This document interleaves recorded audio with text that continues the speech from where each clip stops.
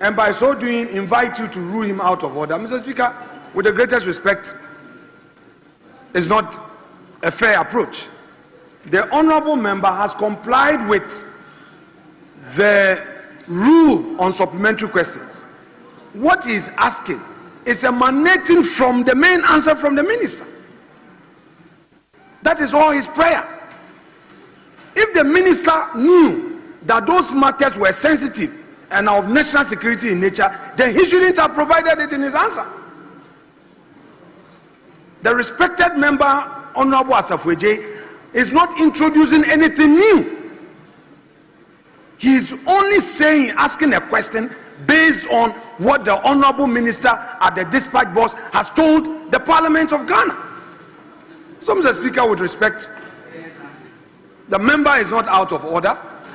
He is within the rules. He's acted within the tenet of supplementary question. And do not be inclined to this invitation. I thank you, Mr. Speaker. Yes, Majority Leader. Mr. Speaker, I actually did not raise an objection to the question for some reason. But when you sit in the Parliament of Ghana and you describe the situation in Togo as political instability in Togo, you have, in my opinion, discourteously referred to the situation of a foreign country. People are engaged in their demonstrations. They have a right to demonstrate. And the government is managing their situation. You are inviting this House to interfere in a matter involving a foreign country. But I saw that, but I allowed it to pass. The minister gave you an answer. You yourself admitted that the minister's answer has been comprehensive enough, and you commended the minister for providing a comprehensive answer.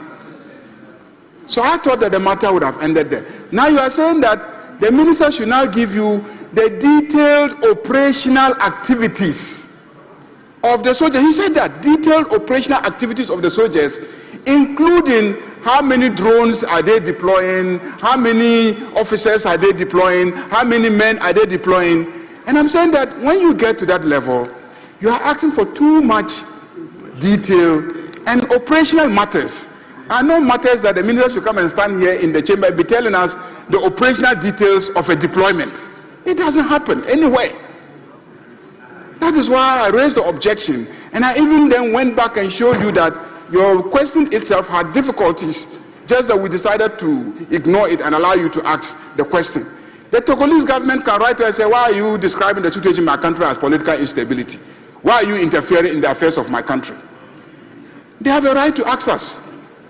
What is happening in Togo is the business of Togo. If you have evidence that a Ghanaian in any way, you can now ask a question about the condition of that Ghanaian who has been, either killed or anything has happened to a Ghanaian. So that is the context in which I make reference to that order. But my actual objection is asking for operational details of what the military are doing at the border. No, I don't think that the minister should be answering questions about operational details of the armed forces.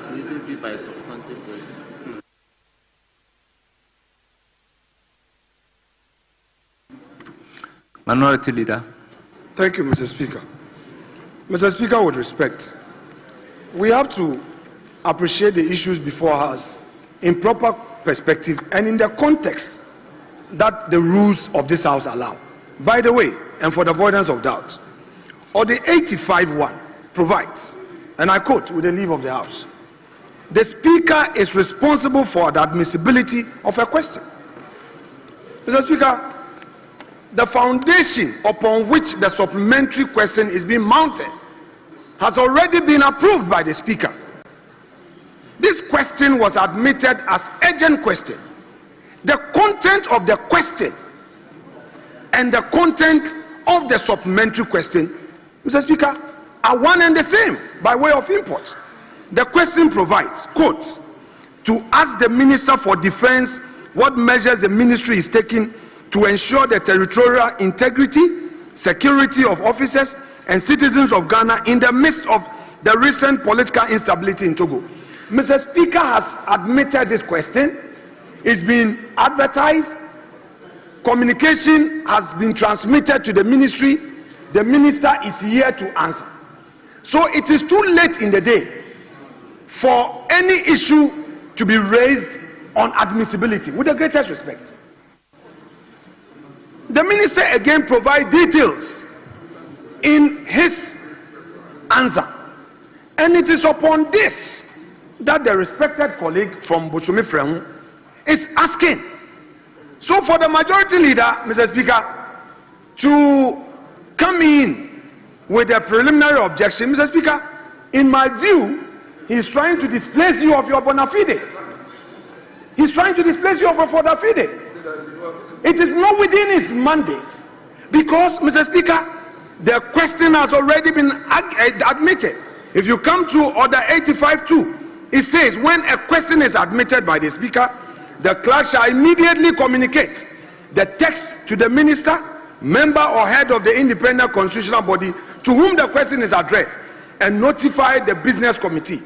You have been notified. You've programmed the person. And the member of parliament is here discharging his duties. Now you are raising security matters, and now you're saying you are invoking 86K, that the question itself is problematic, but you allowed it. Mr. Majority Leader, it is not for you to allow or disallow. I beg to submit. 86K, that you are invoking, that to you, you want to interpret it to mean he is discourteously referring to a foreign country. Mr. Majority Leader, with respect, this question has been admitted by the Speaker. It's been admitted. Mr. Speaker, we need not belabor on this matter anymore. Honorable members, I think I have heard a lot on this particular matter.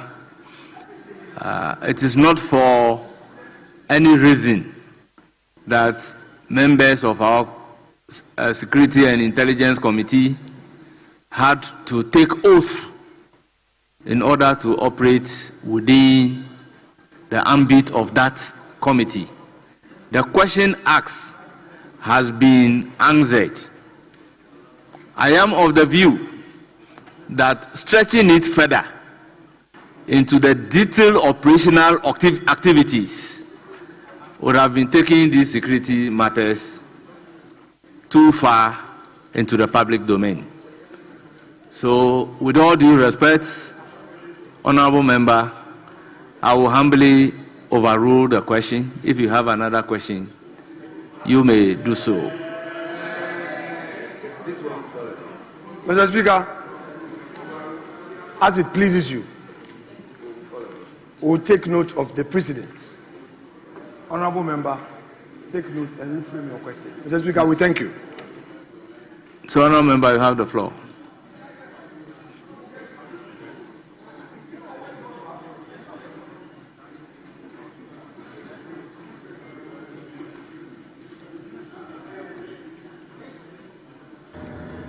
Thank you, Mr. Speaker. Mr. Speaker,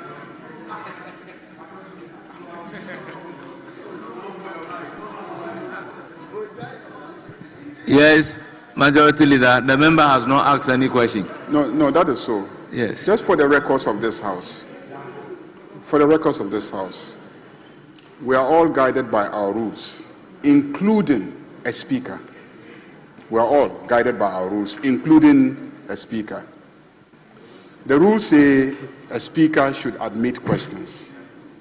But the rules say these are the conditions for admissibility of questions. Time and again in this House, Speakers have admitted questions, but on the floor, objections have been raised to those questions. Speakers' minds drawn to certain considerations. And on the basis of those matters brought to the attention of Speakers, they themselves have said, no. do not answer this question. So don't just say that because a speaker has admitted a question that nobody can ever raise an objection to the question being asked. Because speakers are human. Judges are human. That is why we have an opportunity to appeal cases up to the Supreme Court, and even after they have ruled, to ask for a review, because it is a human institution. And he knows that at any point you can even raise questions of jurisdiction in litigation. At any point. Even when the case has traveled far. So the same way, a speaker can admit a question, but when his attention is drawn to certain issues, he may decide, oh, no. I think that I erred, so this question should not be asked. So I don't want to make the world believe that once a speaker has admitted a question, no one in the chamber can raise a question of the propriety or otherwise of the admissibility of that question.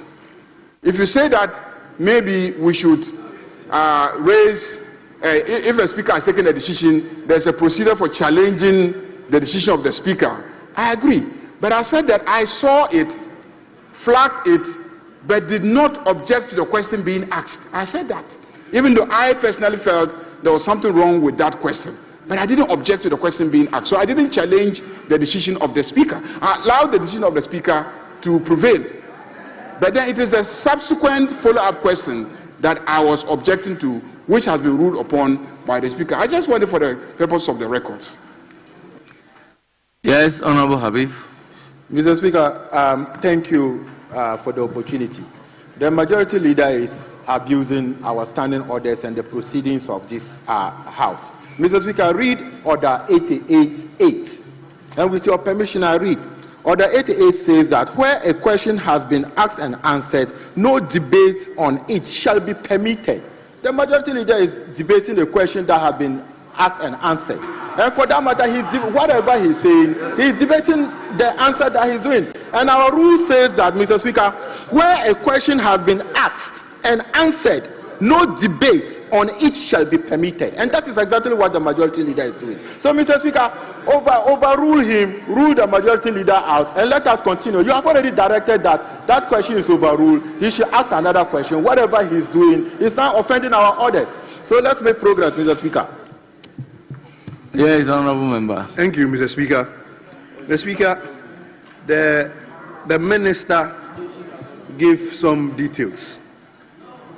He talked about securing the eastern frontiers and the eastern corridor. He mentioned the humanitarian logistics they are putting in place, the civil relations and cooperation. He mentioned how the armed forces are cooperating with NADMO to work on this. He mentioned how the international agencies are even coming in to help. Mr. Speaker, that is why I typed my questions, my follow-ups. I am asking that, has there been any deployment in the eastern corridor? Yes or no? Not specifics. Mr. Speaker. Honorable Member. Mr. Speaker. If our memories can serve us right, that was not the question you asked. Mr. Speaker. Your question dealt with the detailed operational activities. I read it out, Mr. Speaker. Anyway, I read my questions out. Do you have any further questions to ask? Yes, I have a lot of further questions. Do you have any further questions to ask? Yes, Mr. Speaker, I have further questions to ask. Please ask a question. Thank you, Mr. Speaker. Mr. Speaker, I want to ask the minister, has Ghana submitted any red line declarations or contingency scenarios to the ECOWAS or AU in the event of total constitutional or any problem that happens along the Togo border, and will Parliament be consulted should any decision of this nature be taken? Thank you. Yes, Majority Leader. Mr. Speaker, once again, this question is not really flowing from the answer given by the minister. If there has been communication to ECOWAS and all those other matters, they don't flow from the answer that the minister has provided. Honourable Member be guarded accordingly.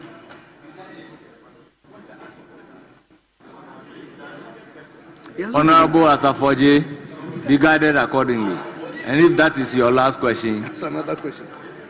then let's make progress. Mr. Speaker, I want to ask if there have been some deployment in the northern region or the northern border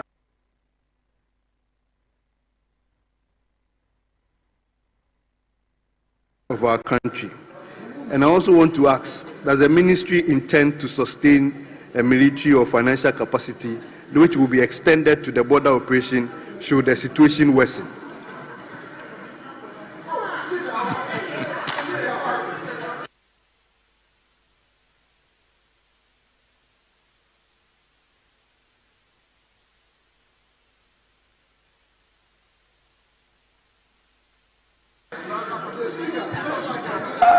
Honourable member, let's together look at the questions you have asked. Let's together look at the question that we have asked.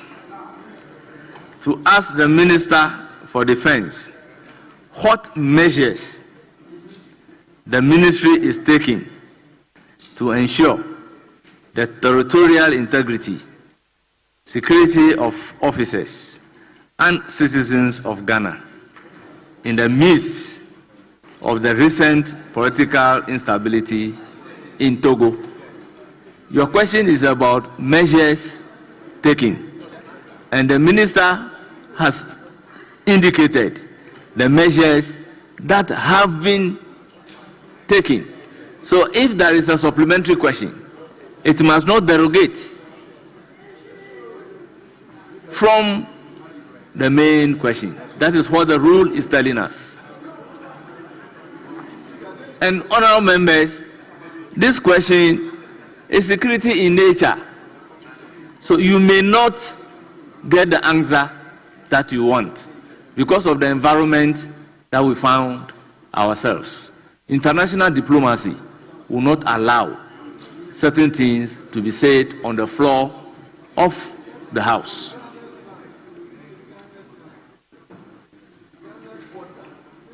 Yes, Honorable Habib. Thank you, Mr. Speaker. Mr. Speaker, I can understand the difficulty from the majority leader and the majority front bench. But, Mr. Speaker, there have been a practice. If it is the case that the questions have some security implications, the minister should be guided so that on the record he will say so. But a question being admitted, asked, and then answered. If majority leader keep interfering in that, he can guide the minister as to what to say. But raising objection on the supplementary questions, Mr. Speaker, you have that authority in overruling such questions in terms of supplementary questions. But majority leader just raising objections on that. We are not making progress. He has just asked and answered. He is entitled to supplementary questions. Other members too can ask if you permit. I realize that you did the honorable thing of going to the honorable member asking the question. So I would advise the honorable member to take a cue so that we can make progress. You have done the honorable thing as a whip. I saw everything, and I commend you highly for that.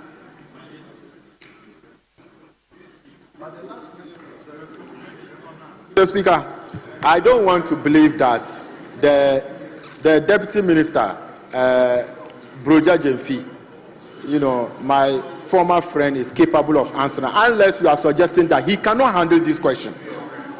Mr. Speaker, if it is the case that the Deputy Minister doesn't have the capacity to respond to these questions, let us know, because that's the indication you are giving us. But I know he can answer those questions, so give him the opportunity to flow. Look at the way he is dressed. He has appeared in this chamber today to respond to questions. Look at him.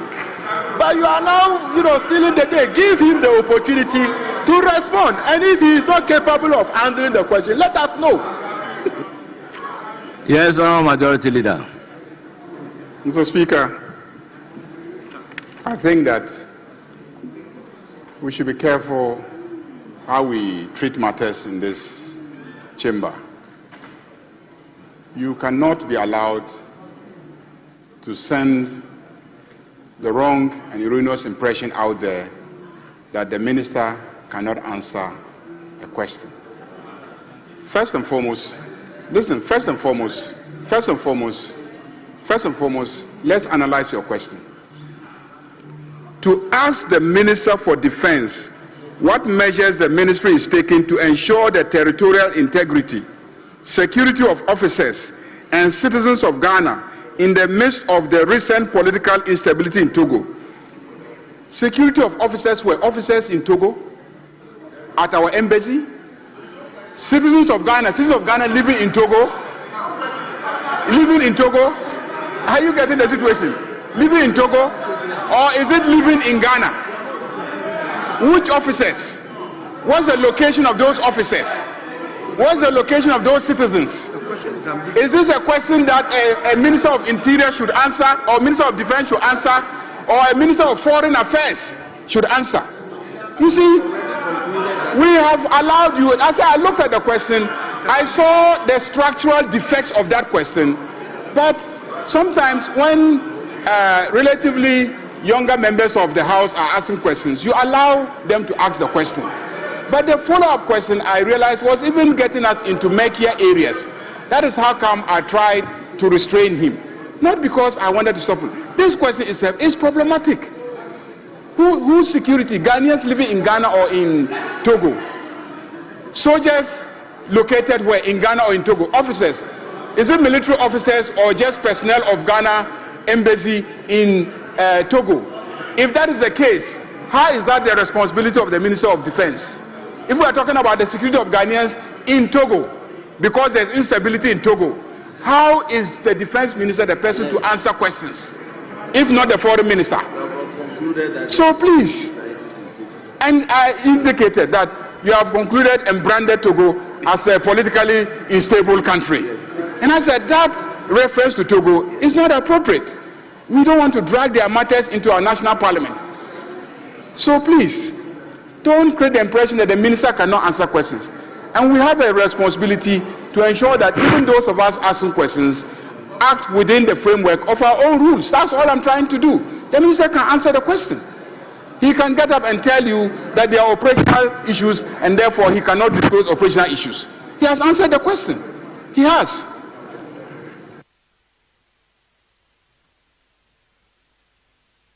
Honorable Tampoli.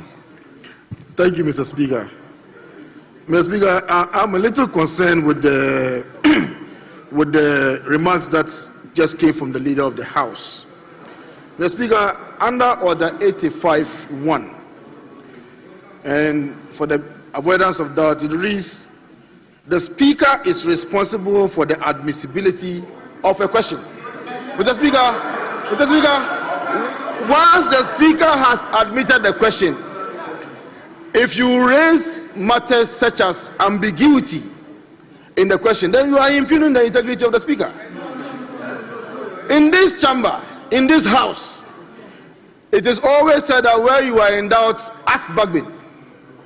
Mr. Speaker, I think that Mr. Speaker did the right thing by admitting the question.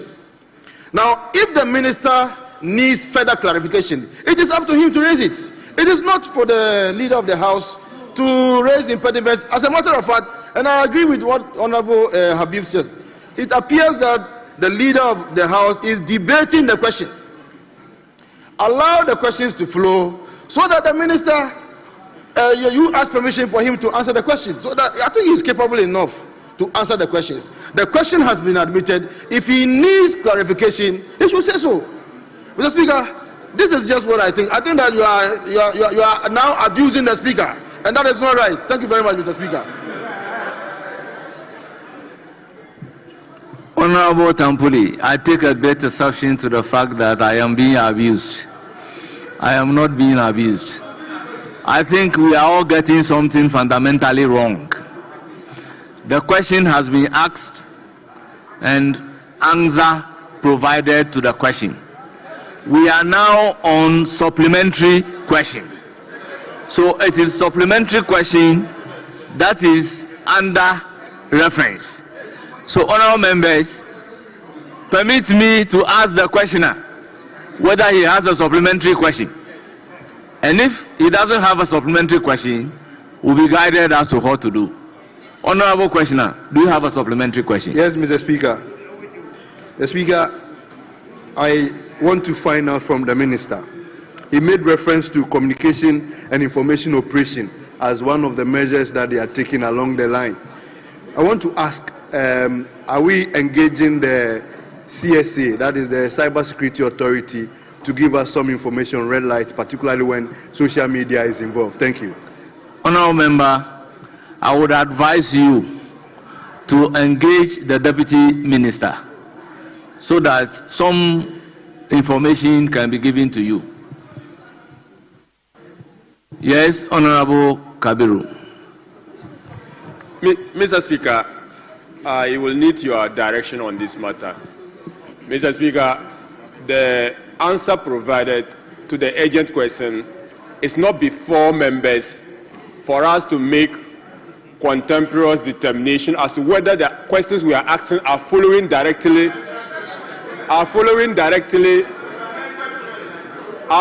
I'm making a point. Can you be patient and listen to that? I know it's an urgent question, and I've premised my question on the fact that it's an urgent question. And I'm asking for the direction of the Speaker, whether or not Mr. Speaker, I will need your guidance on this matter. Honorable member, I'm listening to you. The question was an urgent question, and the answer was provided. I have supplementary question to ask, but because of the fear of having the statement that the question is not directly flowing from the answer, because I listened to the answer, I have different understanding of the answer. Some other person will have different understanding of the answer, and that is what is causing this confusion, Mr. Speaker. Can you probably allow the minister? Honorable member, we have taken one answer. I don't think you have different answer. And by practice, because the question asked is an urgent question, the answer will not be published in the other paper. So when urgent questions are asked, you all have to listen to the answer as provided by the minister, and then you try to ask a question within the answer. So if you are not sure, having listened to the minister's answer correctly, then it's better you remain seated, you don't make the attempt to ask a supplementary question. All right, Mr. Speaker, I can, maybe if you indulge me, I'll ask my supplementary question.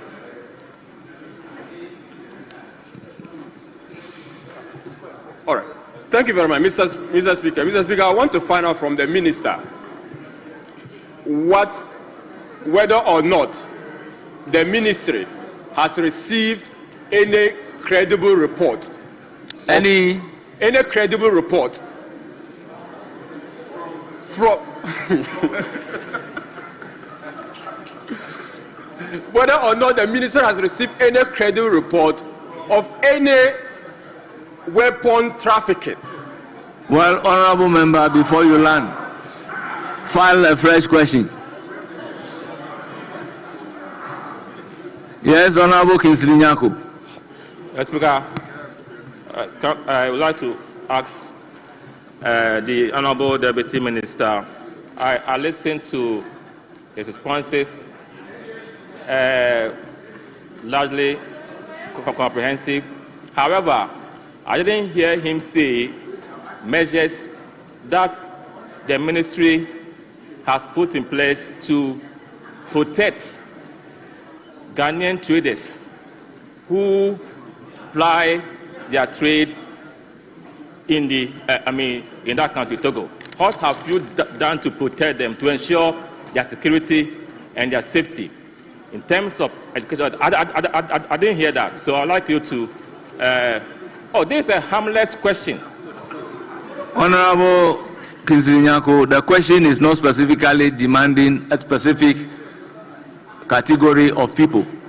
It's asking of listening to the question.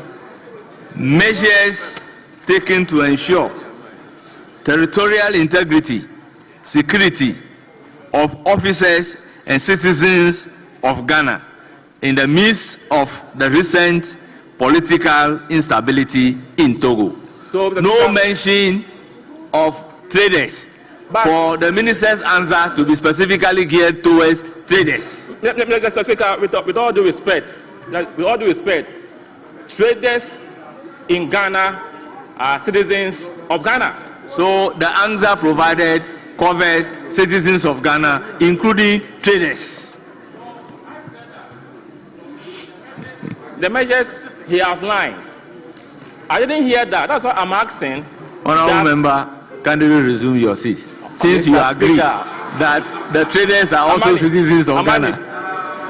Yes, honourable member, I'll come to you. Yes. Mr. Speaker, very respectfully, I would like to ask the minister whether there is a potential risk politically to Ghana in terms of the stability of our government. We know that in certain instances where there's some degree of... Honourable member, you have asked your question. Honourable Minister.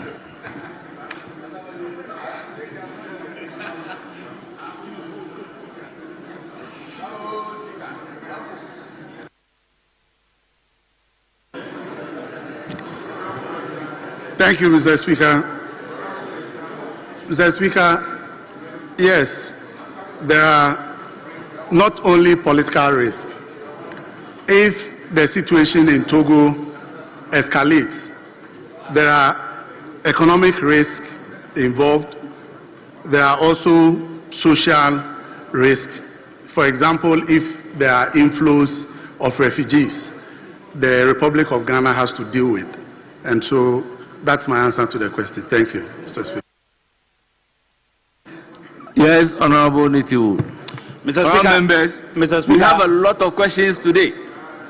Mr. Speaker, I want to crave your indulgence to let Parliament and the public know that this House has not tried to interfere in the internal affairs of Togo by this question.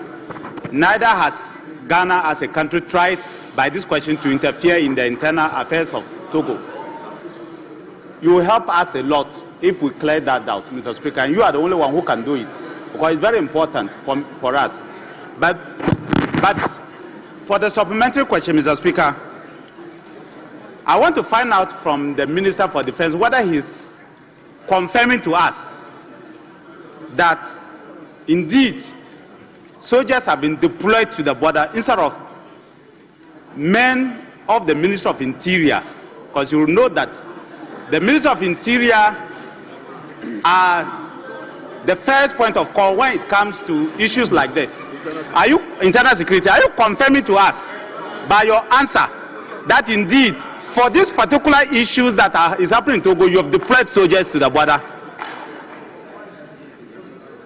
Honourable Minister, we have all listened to the Minister very loud and clear. There is no need confirming anything that he said, because the Minister did not disagree with anything. Yes, Honourable Roxanne Nelson, Speaker, I was going to react within the terms of Order 88.7 that a member in asking the question shall not address the House. He stood up and decided to address the House. The rule does not permit that. And he also decided to be argumentative. The rule forbids that. You don't have the opportunity to address this House. You have decided to address the House. And I'm saying that the rule that forbids that. So I urge Mr. Speaker to rule you out. Honourable Member, I allowed that because what he said is really very important, so that we don't live here creating erroneous impression in the minds of the people. That was the basis for me allowing him to make that particular statement. Honourable members, we have about 13 other questions. So I think for the urgent questions, we have taken enough supplementary. I will then give the floor to the minority leader.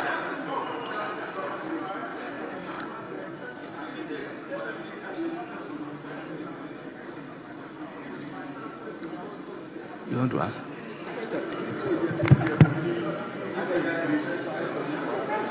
Mr. Speaker. He was not guided properly. Honourable Minority Leader, I recognize the Minister for Rules. Mr. Speaker, colleagues have every right to ask ministers to respond to issues as they please. But our standing order 77(3)(2) also says that there's a limit to which how much time question time will take. Mr. Speaker, I am asked an average of 10 questions a week. We come and sit here and we have done about 1 hour on one question debating whether it was necessary or not. Mr. Speaker, is it the case that when we bring ministers here, colleagues, not too long ago, the same argument was made. Mr. Speaker, is it the case that once we drag ministers here, we can let them spend the entire day here because this is Parliament? Or Parliament itself also need to work within the rules we set for ourselves? Maybe, Mr. Speaker, you need to, I remember Honorable, the Majority Leader tried to draw the attention of the Chair to this issue some time ago. Either we stick strictly to the 1 hour rule, that when it's time for questions, we deal with 1 hour. When the 1 hour is done, if it is not a substantive question, we allow the ministers to go back to the ministry and do some work. Because if I spend the entire day here only listening to other things other than questions put to ministers, I don't think we are serving the people better. So we just draw your attention to the fact that question time cannot become an open-ended debate in the House or debating the provisions in the standing order. My humble appeal, Mr. Speaker. Yes, your concern is well noted. Honourable Member, question time generally is 1 hour. However, the person presiding may extend the period beyond 1 hour, depending upon the circumstances. But generally, question time is supposed to be 1 hour. Yes, Minority Leader.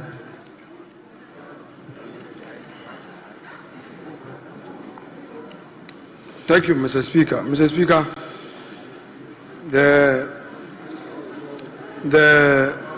Deputy Minister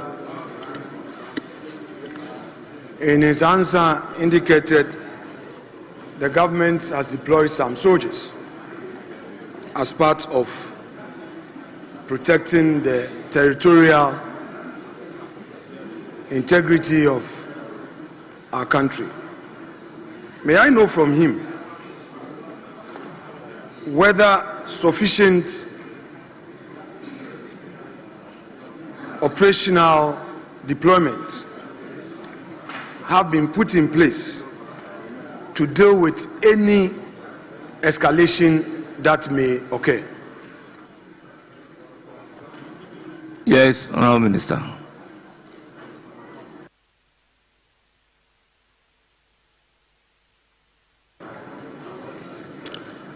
Thank you, Mr. Speaker. Mr. Speaker, the operations along the border is a joint operation.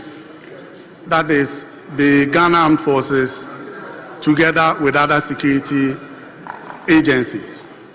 And so adequate deployment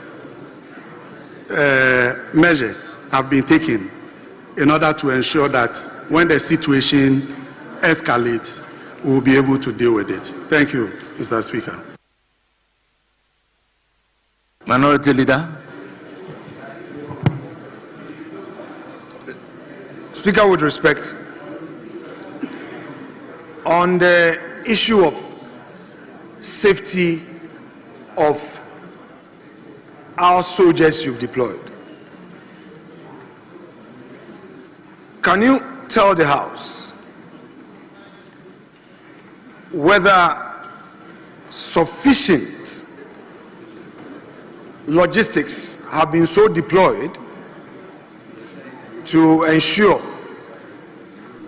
their safety? You and I know that when we send men and women, men to search operations. Honourable Minority Leader, Yes, I think Mr. your question is clear. Very well. So let the question remain Mr. fresh Speaker, in the minds of the Mr. Minister. Speaker, Yes. as it pleases so, you, Honourable let us Minister. know.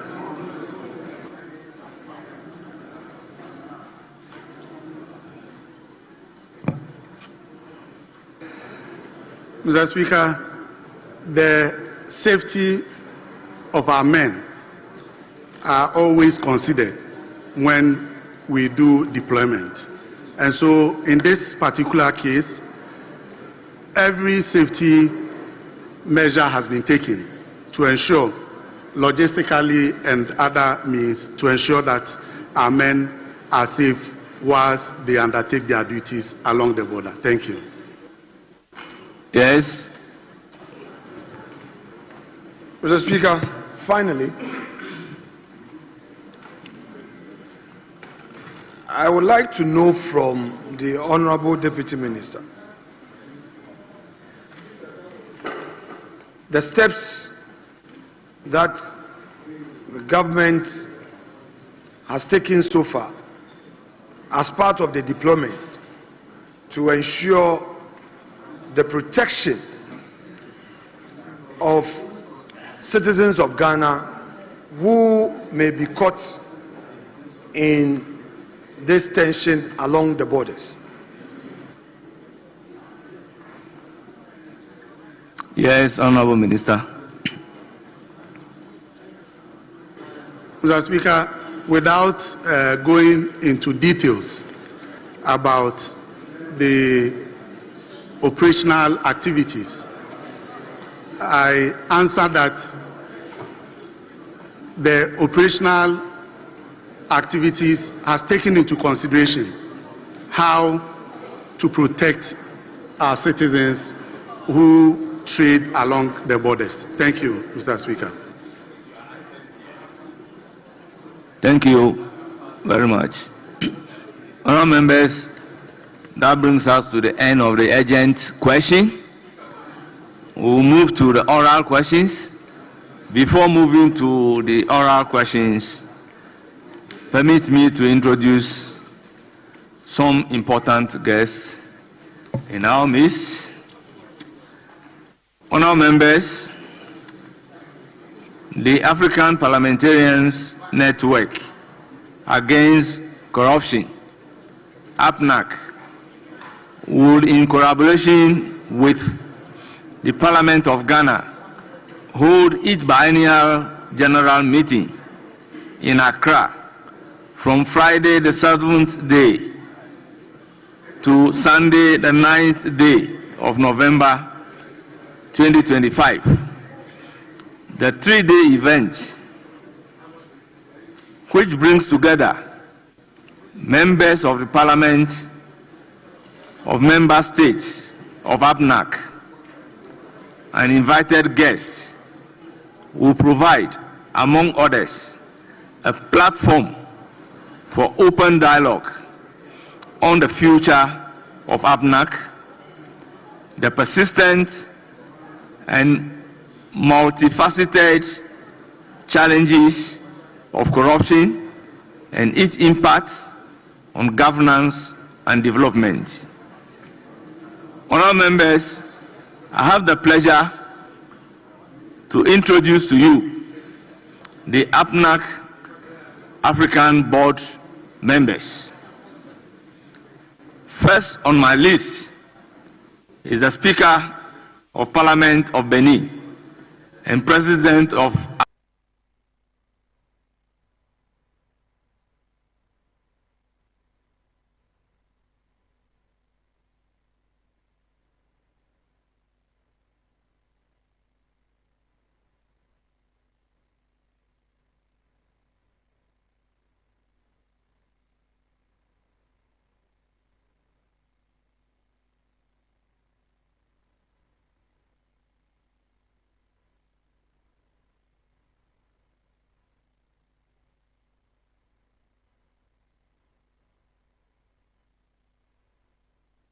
APNAC.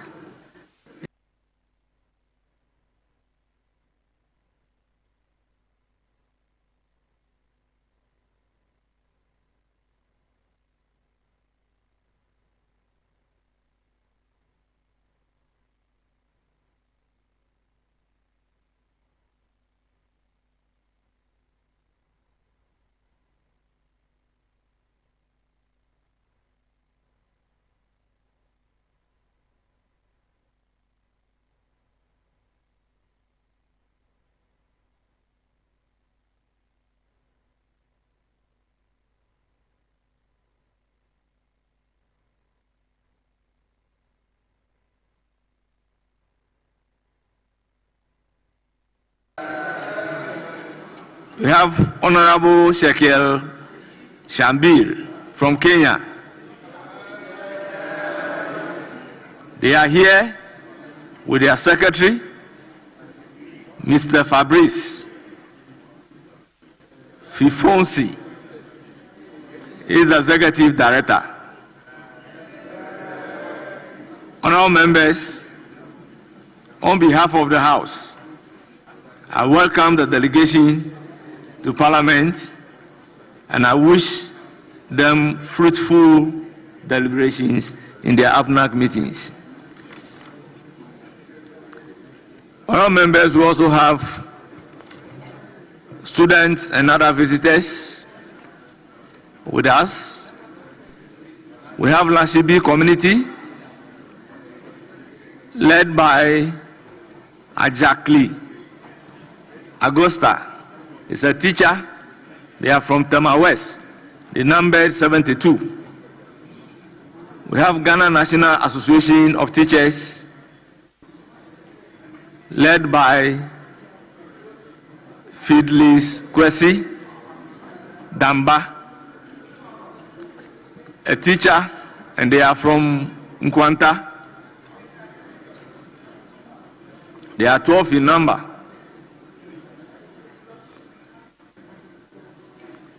We have Omat Royal School, led by Che Kwame Mauli, head teacher. They are from Kunkantamanso. They are 100 in numbers. We have Education for Change, led by Abubakar Ahmed, executive director. They are from Tolon constituency. They numbered 41. Then we have Kwame Adum Educational Complex, led by Isaac Edum, manager. They are from Asante Achim South. They numbered 70. Honorable members, on your behalf, I welcome all of them to Parliament of Ghana, and I wish them a fruitful visit. Honorable members, we then proceed to the oral question. Also for another question for you. Also for the minister responsible for defense, with the same permission that the deputy minister should answer the question, I proceed to call on Honorable Professor Kingsley Nyako, Member of Parliament for Kwadaso, to ask this question. Mr. Speaker, I would like to ask the Minister for Defense how the ministry plans to maintain professionalism in the armed forces of Ghana and enhance its capacity in protecting our territorial integrity and sustaining our democracy. Thank you. Yes, Honorable Minister.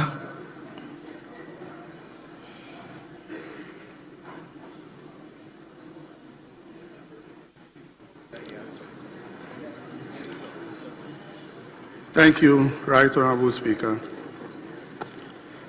Mr. Speaker, the Ministry of Defense is committed to maintaining the highest standards of professionalism within the Ghana Armed Forces, enhancing the capacity to protect the nation's territorial integrity and supporting sustainable democratic governance. In maintaining professionalism and enhancing capacity, the ministry continuously undertakes the following key strategic activities: professional development and training. Training policies and procedures are under constant review for optimal results. The Department of Training coordinates tactical, operational, trade, specialized and physical training to enhance effectiveness and capacity across all Ghana Armed Forces commands. The training involves local training, higher educational initiative, and overseas training. Training emphasizes military ethics, discipline, human rights, and civil-military relations to equip personnel for effective socio-economic contribution and national defense. Mr. Speaker, on recruitment and retention reforms, the ministry ensures a transparent, merit-based recruitment process to attract the best candidates nationwide. Retention strategies focus on improved welfare, housing, healthcare, and career progression to maintain a capable force. Mr. Speaker, on capacity building and modernization, investment in advanced surveillance systems, maritime security assets, air assets, patrol technologies, and infrastructure improvements are being pursued to add value to personnel. The Ghana Armed Forces supports democratic institutions as mandated by the Constitution, respecting civil authority and constitutional governance. Mr. Speaker, where there are any reported unauthorized operation or indiscipline on the part of personnel, the Ghana Armed Forces ensures disciplinary systems are enforced timelessly in accordance with law to maintain discipline and professionalism in the service. The training architecture of the Ghana Armed Forces is aimed at deterring terrorism and violent extremism, thereby maintaining the stability necessary for democratic governance. Mr. Speaker, it is worthy of mention that the participation of the Ghana Armed Forces in United Nations mission has bolstered Ghana Armed Forces image in terms of professionalism, best practices, and respect for human rights. This has reinforced democratic principles within the rank and file of the personnel of the Ghana Armed Forces. Mr. Speaker, the Ministry of Defense prioritizes professionalism, continuous training, modernization, interagency collaboration, and strict adherence to constitutional and ethical standards in managing the Ghana Armed Forces. These measures ensure a disciplined, capable force committed to Ghana's sovereignty, democratic stability, and socio-economic advancement. Thank you, Mr. Speaker. Thank you very much, Honorable Minister. Yes, Honorable Professor Kingsley Nyarko, any supplementary question?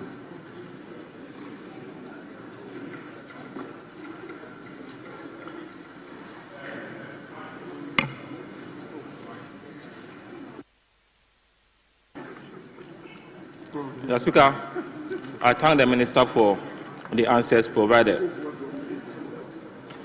Under item 3A, Minister talked about transparency and merit-based recruitment process. I would like to find out from him how transparent and meritorious is the recruitment process, and also regarding career progression in terms of promotion. Thank you, Mr. Speaker. Well, Honorable Minister.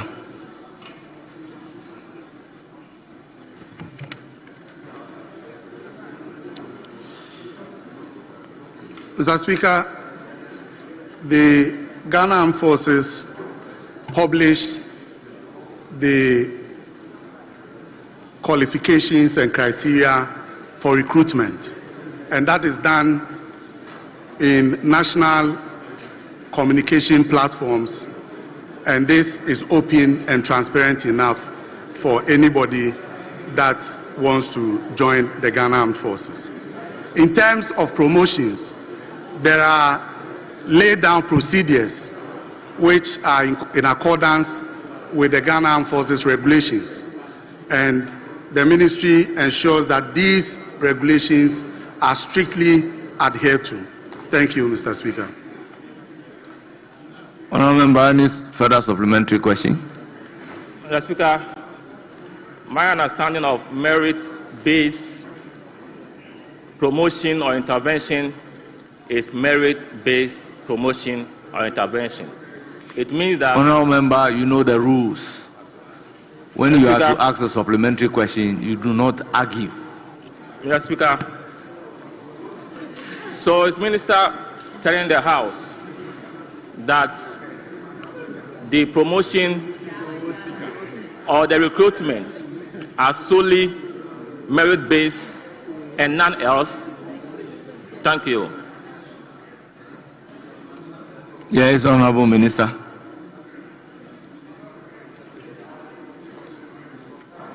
Mr. Speaker, the promotions are guided by the Ghana Armed Forces regulations, and these regulations details out all the things that has to be considered, and I can assure the honourable member that it is merit-based. Thank you, Mr. Speaker. Yes, Honourable Member. Mr. Speaker, the focus of the question was on professionalism in the armed forces of Ghana. I would like to find out from the minister that in his candid view and opinion, the recent sacking of the top brass of the military, does that action compromise or undermine the professionalism? What is your supplementary question? It seems you are not listening to me. My question is that the recent sacking of the top brass of the military, does that compromise professionalism in the armed forces of Ghana? Honourable Member, this cannot be a supplementary question. Question is overruled. Ask another question.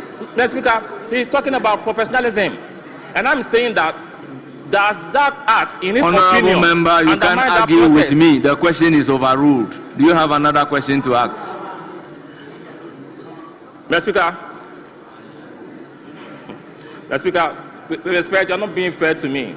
This is a harmless question, and I know my very good friend is capable of answering this question. Honourable Member, if you want to file a question on the dismissal of any perceived person in the military, do so. But that cannot be by way of a supplementary question. My last question on this question is that, Mr. Speaker, how does the minister assure us that the democratic gains that we have achieved so far will still be with us and nothing will undermine it? Thank you, Mr. Speaker. Yes, Majority Leader.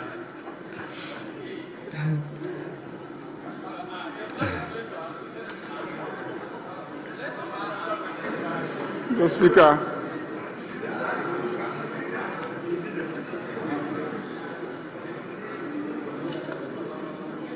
the question is, how can the minister assure us that the democracy that we have, or the democratic gains that we have achieved, will still be with us and will not be undermined? You yourself, listen to this question. how does this flow from questions about professionalism and etc. of the security agencies, of the military? Clearly, it doesn't flow from the substantive question, which is what a follow-up question should be. Mr. Speaker, with all due respect to... Honorable Kinsinyako, before you come in, let me place on record that it is not compulsory that you ask by necessity a supplementary question and up to 3 supplementary questions. So if you have 1 supplementary, you are okay. You have 2, you are okay. But the rule says you have up to 3 supplementary. So if you don't have 3 supplementary questions, it's not mandatory that your supplementary questions must, as a matter of course, be 3. Mr. Speaker. Well, you have the floor. Mr. Speaker, with all due respect, your assumption is wrong. You cannot know whether I have 1, 2, or 3. You cannot. It doesn't lie. Well, I'm just admonishing the whole House, not specifically to you. That is fair. But the question was on 2 legs. An aspect was about democracy. So I asked a question on the professionalism in terms of protecting our territorial integrity. And the second one was on democratic gains. The leader of the House was not listening. The leader of the House probably didn't even see that aspect of the question. And I'm saying that because if the military does not abide by the tenets of professionalism, it can undermine our democratic gains. So what is wrong with this question? Honorable Minister. Yeah, there's nothing wrong about that. Honorable Minister, I realize that you are mindful providing an answer to the question. So you have the floor.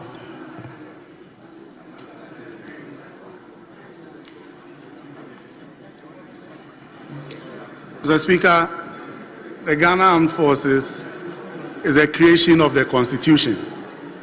And as I provided in my answer, the Ghana Armed Forces respects the constitutional democracy that we have.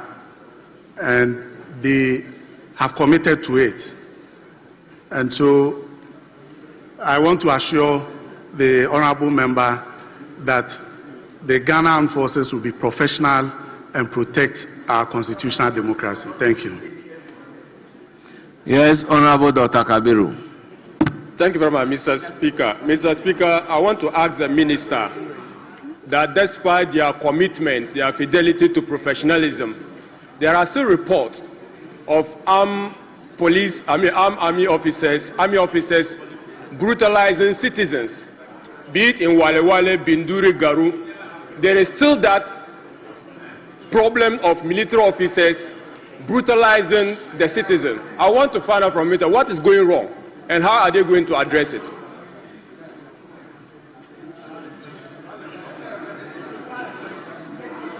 Well, Honorable Dafamako. Mr. Speaker, the supplementary question that the Honorable Dr. Kabiru for which he seeks to elicit answer from the minister, offends Order 89. 1. Clearly, Mr. Speaker, for the sake of the record, let me read what Order 89 says. Mr. Speaker, it's to the effect that Order 89, Rule 1, as soon as the question is answered, any member, beginning with the member who asks the question, may, without notice, ask a supplementary question for further clarification of any matter of fact on the answer, but a supplementary question shall not introduce a matter not included in the original question. So, Mr. Speaker, his present question clearly is introducing a new matter, not contained in the original question. If he's minded, he should be able to ask. His own question. Remember, what is the new matter? Mr. Speaker, that the people in Walewale are being brutalized.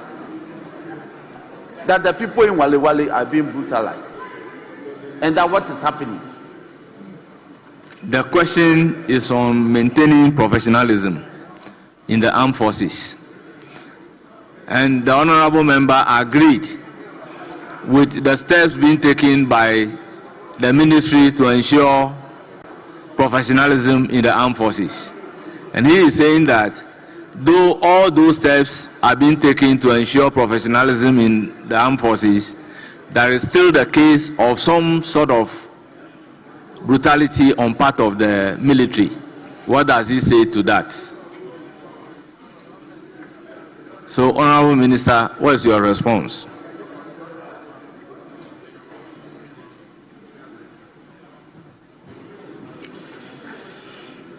Mr. Speaker, where there are any reported unauthorized operation or indiscipline on the part of any personnel, the Ghana Armed Forces ensures that internal disciplinary measures are undertaken to serve as deterrents for any other personnel who may go out of his way to engage in any such act. Thank you, Mr. Speaker. Honourable members, we will then move to question numbered 490, standing in the name of Thomas Walanyu Chekpo, Member of Parliament for Hohwe, also for the Minister responsible for Defence. Honourable member, you have the floor. Thank you, Mr. Speaker. I rise to ask the Minister for Defence whether his ministry has plans to establish a terrorism training center and forwarding operating base between Alavanyo and Nkonya as part of efforts to consolidate the lasting peace between the area and ensure security, development, and productive use of the disputed land between the two communities. Yes, Honourable Minister.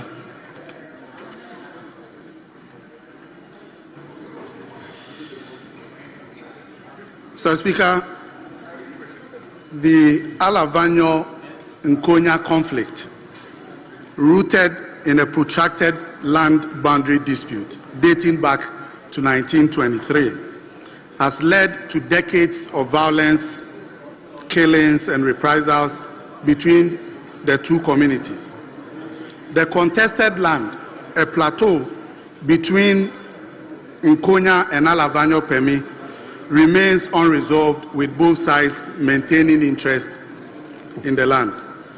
Mr. Speaker, the conflict has deeply impacted both communities, damaging infrastructure, disrupting transport and education, stifling economic and social life through curfews, and altering traveling routes due to ongoing insecurity.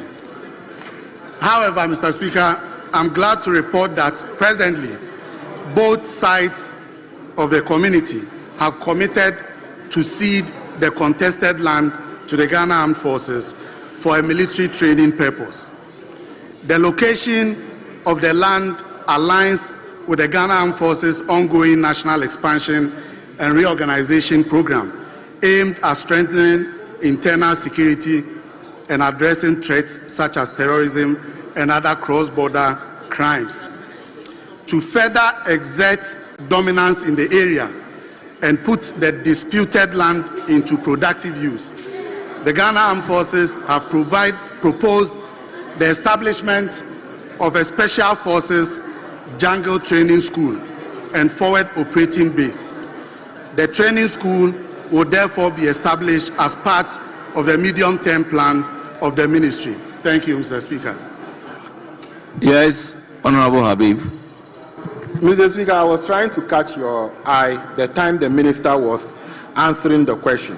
Mr. Speaker, I don't know if I am wrong or the question is not properly put. He said to ask the Minister for Defense whether the ministry had plans to establish a terrorism training center.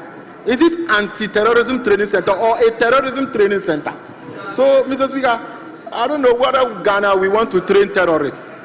So that's why I wanted to draw the attention to whether it is anti-terrorism training center or terrorism training center. Yes, Mr. Speaker. Majority Leader. Mr. Speaker, this afternoon, this side spent several minutes arguing that once you have admitted a question, nobody can question it. They say that once the Speaker has admitted a question, nobody can challenge. So whatever the wording of the question is, the minister is answering the question.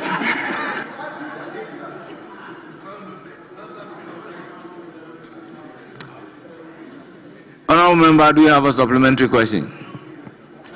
No, Mr. Speaker.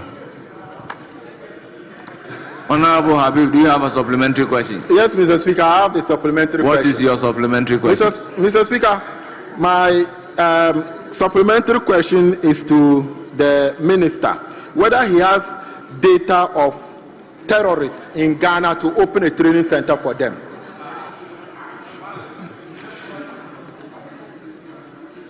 Honourable Member, with all due respect, your question is disallowed. Honourable Members, in the absence of any further supplementary question, may we move to question number 578. Also for the Minister for Defence, standing in the name of Mr. Kwadwo Damwa, German South.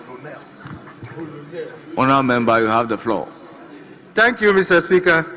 Mr. Speaker, I rise to ask the Honourable Minister for Defence what specific steps the Ministry is taking to repair the presidential jet, Dassault Falcon 900EX, which has been grounded in France since 11th March 2025. Yes, Honourable Minister.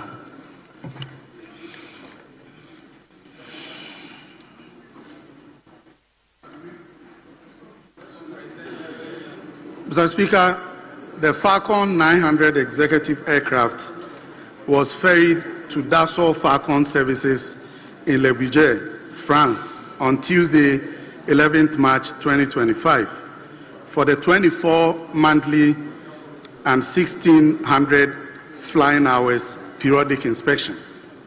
This inspection is a mandatory airworthiness requirement that ensures that the main maintenance tasks and due list tasks compiled for the 24 monthly inspections have been completed and functional checks have successfully carried out.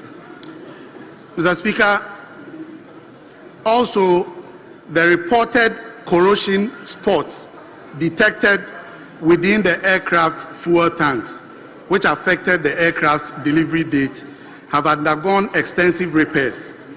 These corrosion issues in the fuel tanks have since been resolved. However, in the course of the inspection, fuel leakages were observed from the right-hand wing tank. Unfortunately, after successfully repairing the section of the wing that experienced the leakages, other challenge was encountered while reinstalling the lower panel beneath the wing. This occurrence has resulted in further delay in the completion of the inspection. Mr. Speaker, following the difficulties encountered, Dassault Aviation invited the Falcon Wing original equipment manufacturer to the Dassault Falcon Services hangars to enable the OEM conduct an on-site assessment of the right-hand wing lower panel and provide independent technical recommendations aimed at expediting the repair and reinstallation process. The repair from the OEM has been successfully carried out, and the right-hand wing repair has also been completed. Mr. Speaker, upon the completion of this rectification, the aircraft has to undergo a leak test of the fuel tanks, a third engine ground run, painting of the wing lower panel, and finally an acceptance flight will be performed. Right Honourable Speaker, the Falcon 900 executive aircraft will return to Ghana after all the necessary tests. Thank you. Honourable Member, do you have a supplementary question?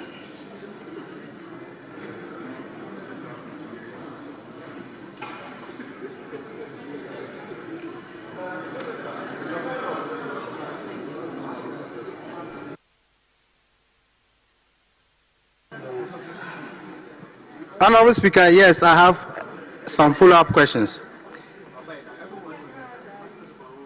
Honourable Speaker, I want to thank the Minister for the initial response, but I want to find out from the Minister, when exactly was the original equipment manufacturer repair completed? Date and day, exactly when was it done? Honourable Member, if you are looking at the specific date at which an act is performed, you should have directed your question as such, so that the Minister, in coming to answer, will provide you with a specific date. Honourable Members, supplementary question is not supposed to spring surprise. You are asking the person the steps. You are asking the person the steps that are being taken to ensure that the equipment is repaired. Now, your supplementary question is a specific date at which an act was performed. Honourable Members, we need to be fair and operate within the rules. So ask another question. Honourable Speaker, I'm still referring to his answer. He says the repair from the original equipment manufacturer has been successfully carried out. Yes, you are asking for a specific date in which it was carried out. And yes, I'm saying that if that is your question, it should be a specific question where a minister will refer to the record and tell you the specific date. We are all human beings.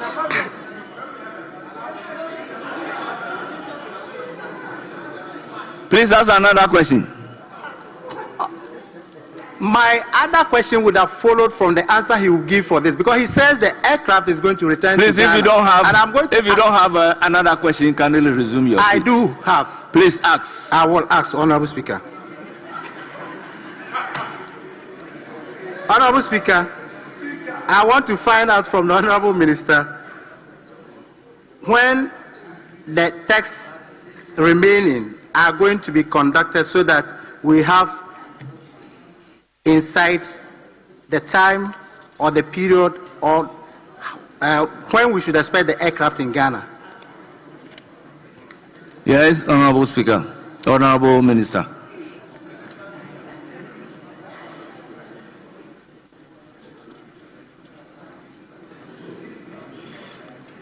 Right, Honourable Speaker. The aircraft is currently undergoing all the necessary tests. And once the test is completed, the aircraft will return to Ghana. Thank you, Mr. Speaker. Any other question?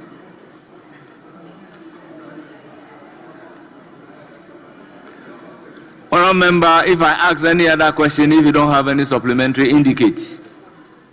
Honourable Speaker, I'm okay.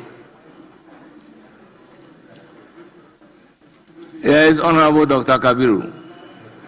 Thank you very much, Mr. Speaker.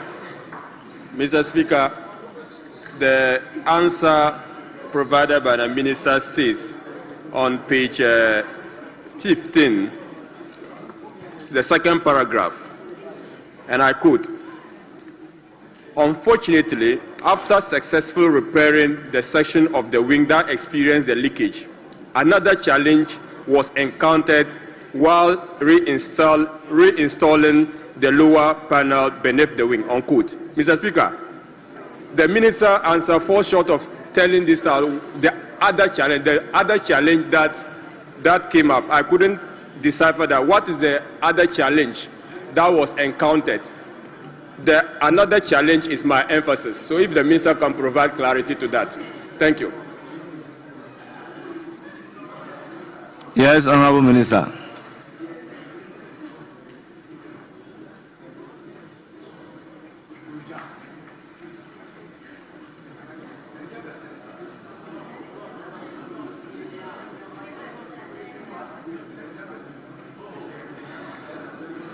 Mr. Speaker, the challenge has to do with the wing of the aircraft, and that's why they had to engage the original equipment manufacturer in order to resolve it. Thank you. All right, Honorable Speaker.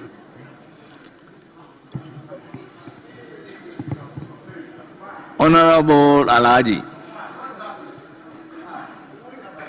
Dr. Kabiru, you know there can be a follow-up question on a follow-up. Yes. Thank you very much, Right Honorable Speaker. Mr. Speaker, I want to find out from the Minister, when should the people of Ghana expect our presidential jet to be back in Ghana? Question asked and answered. Yes, Honorable Member. Mr. Speaker, I want to find out from the Minister, in respect of the third paragraph, that is the paragraph numbered 3 of his answer, that upon the completion of this rectification, the aircraft has to undergo a leak test of the fuel tanks and so on and so forth. Is it not the case that upon repair works, they have to satisfy themselves that everything has been fixed, or is a separate check that is going to be done? Because it comes across as a separate work which is going to be done. Is it Honorable not? Minister, don't violate our rules. Honorable Member, yes, Honorable Minister.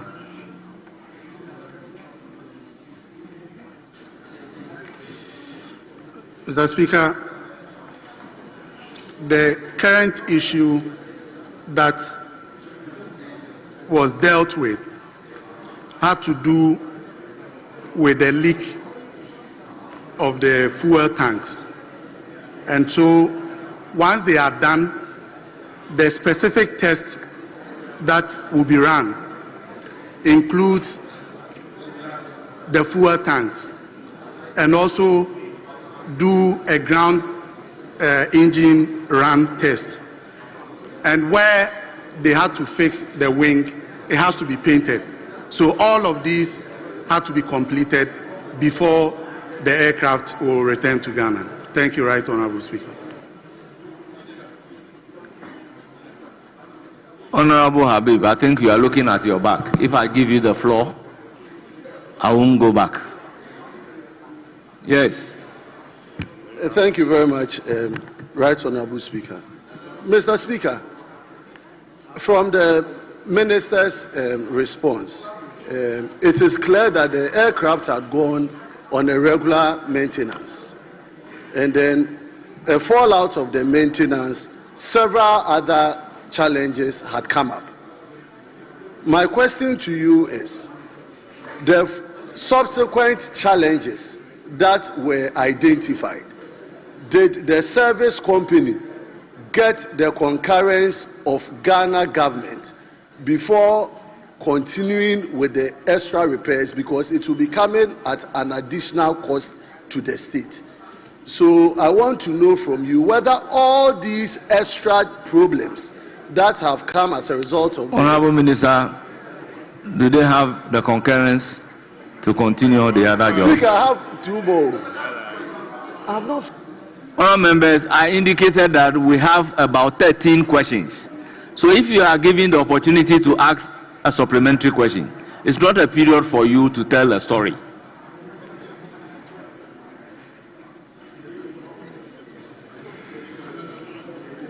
Mr. Speaker, the aircraft was sent for servicing by the ministry. And so once anything is detected, the ministry is notified. Thank you, Right Honorable Speaker. In view of the number of questions that we have, I'll take two more, including the leadership. Yes, Honorable Matthew Nyindam. Thank you, Right Honorable Speaker. Mr. Speaker, I am happy that as a nation, we have all agreed now that our presidential jet has a problem, and we are working on it, duly acknowledged by the Defense Minister. Mr. Speaker, I want to find out from the Minister, looking at all the steps and the subsequent servicing that he's talking about, can he assure Ghanaians and all of us that if this presidential jet comes back, that will be the presidential jet that the president will be using. Thank you, Right Honorable Speaker. Honorable member, file a fresh question. Mr. Speaker, this question has to do with steps being taken to ensure Mr. Speaker, I want to the maintenance. let me read the last Please, sentence. He said Honorable that, Mr. Speaker, Habib, you have the floor. Oh, Mr. Speaker, it's a supplementary question from the Honorable main question. Habib, you have the floor. Thank you, Mr. Speaker. Mr. Speaker, considering the answers the Minister responsible for defense provided, the current status of the aircraft, does the ministry have any plan to buy any aircraft? Honorable Leader, you may file a fresh question. This question has nothing to do with the purchase of an aircraft. Mr. Speaker, if you read the question very well, the question is talking about the specific steps the ministry is taking to repair the presidential jets. And the minister provided in his answer that the very question, the very answer that was provided to this house, may he so rest in peace, by the former defense minister, was honorable member, the answer is published. Show me in the minister's answer where the minister referred to a purchase of an aircraft. If not, kindly resume your seat. Mr. Speaker, my question is that the minister said the reason the aircraft was taken for repairs were addressed, and then upon that, a new development occurred based on your answer. And I'm asking you, based on the fact that you went for a problem that was in the tank, now a new problem have come on the wing, do you have any plan of buying any aircraft? Honorable member, file a new question. Yes, Honorable Jerry Ahmed Shai. Yes, Speaker, may I find out from the Honorable Deputy Minister, can you assure this House that after all the servicing, this is an aircraft that we can still rely on and fly in comfort?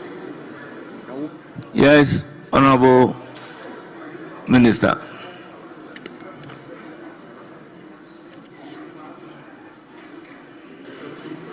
Mr. Speaker, the reason for the maintenance and all the problems identified is for the aircraft to be airworthy. And so once the manufacturer certifies that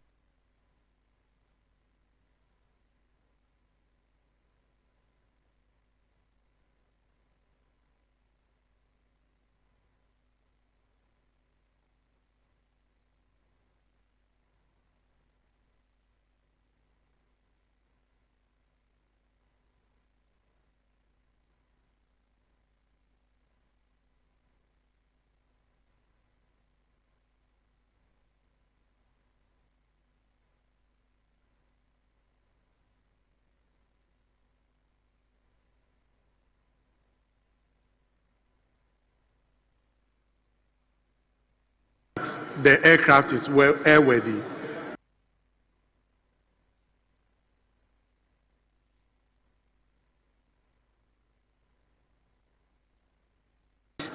So I will urge upon the Minister for Works and Housing, Water Resources, to take his designated seat.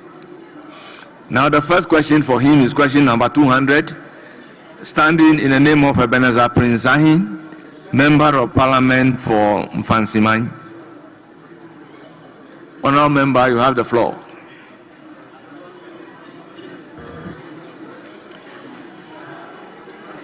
Thank you, Mr. Speaker. I rise to ask the Minister for Works and Housing and Water Resources when the water crisis in the Mfansimany constituency will be resolved. Thank you. Yes, Honourable Minister.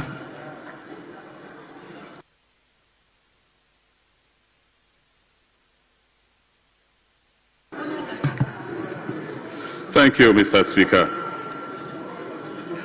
Mr. Speaker, the Bayfi water treatment plant supplies water to Ghana Water Limited customers in the Mfantsiman constituency. The plant was built in 1965, rehabilitated and expanded in 2008 by Spans Bangkok. The current plant production capacity is 12,244 cubic meters per day. Raw water from the Irrigation Development Authority dam flows by gravity to the plant for treatment. Raw water abstraction point has also been built on the river Ochi Emisa close to the dam to pump raw water from river Ochi Emisa to augment the Ida dam level. The plant serves 3 political districts, namely Ekumfi, Ejumaku, Enyan, Esiem, and Mfantsiman. Mr. Speaker, extreme dry weather condition experienced in the country in the last quarter of 2024, coupled with erratic rainfall pattern this year, resulted in the reduction of raw water availability for abstraction from the Ida Dam reservoir for production. The water abstraction dwindled from an average of 7,500 cubic meters per day in December 2024 to 4,400 cubic meters per day in March 2025.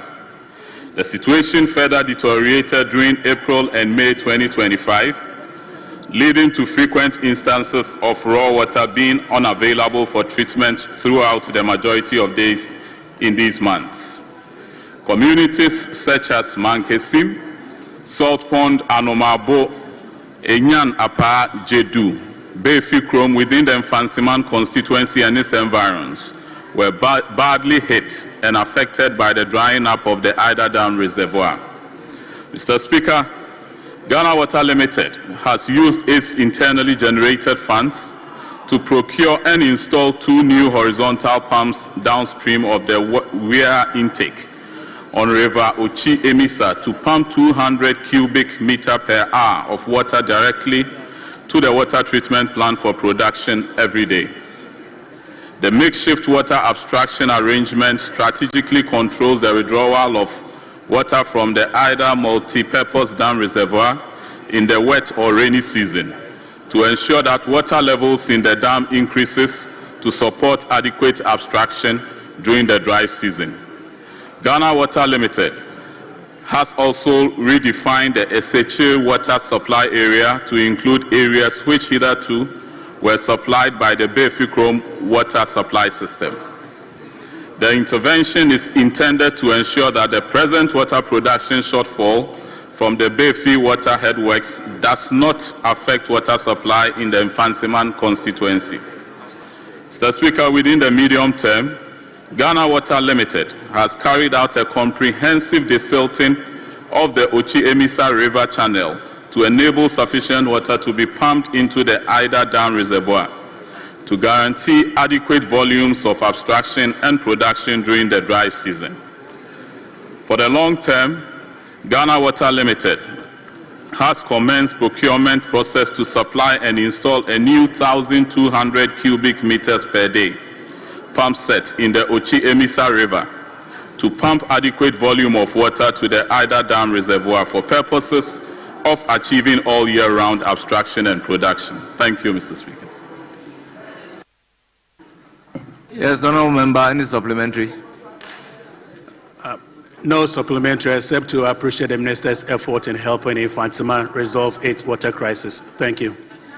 Thank you very much. Honourable members, this is a constituency-specific question. We then move to question number 270, standing in the name of Honourable Bismarck Tetenyako, a member of Parliament for Upper Manya Krobo. Honourable member, you have the floor. Thank you, Right Honourable Speaker.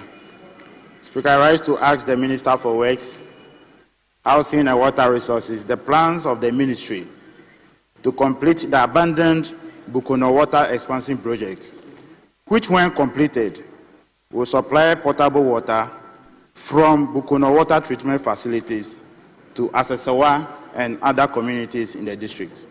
Thank you, Speaker. Yes, Honourable Minister.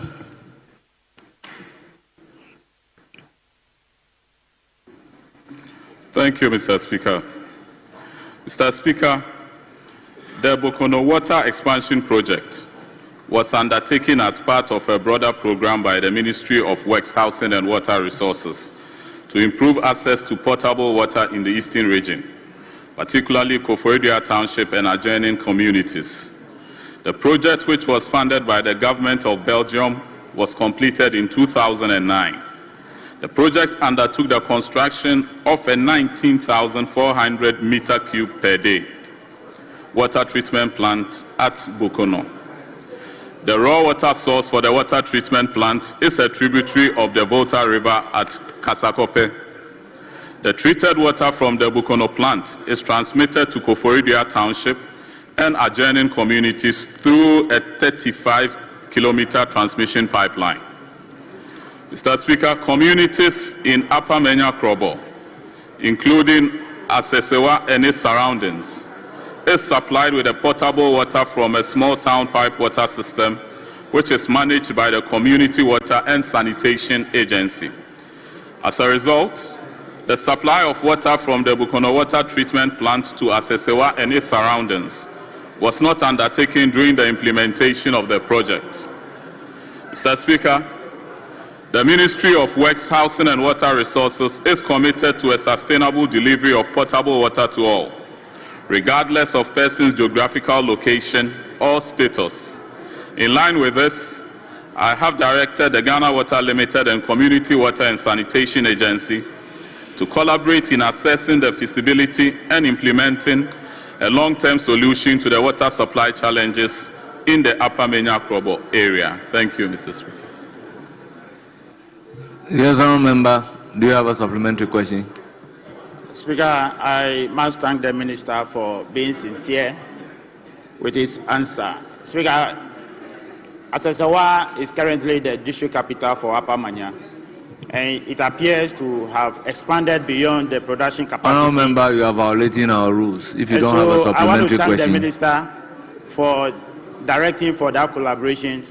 We will collaborate with you to ensure that the water problems are solved. Thank you. Honourable members, question number 317, standing in the name of Thomas Winsome Anaba, Member of Parliament for Garu. Thank you, Mr. Speaker. I rise to ask the Minister for Works, Housing and Water Resources the measures the ministry is taking to provide the fast developing Garu town with a town water system.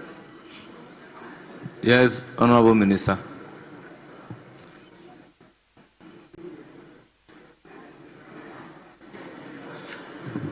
Thank you, Mr. Speaker.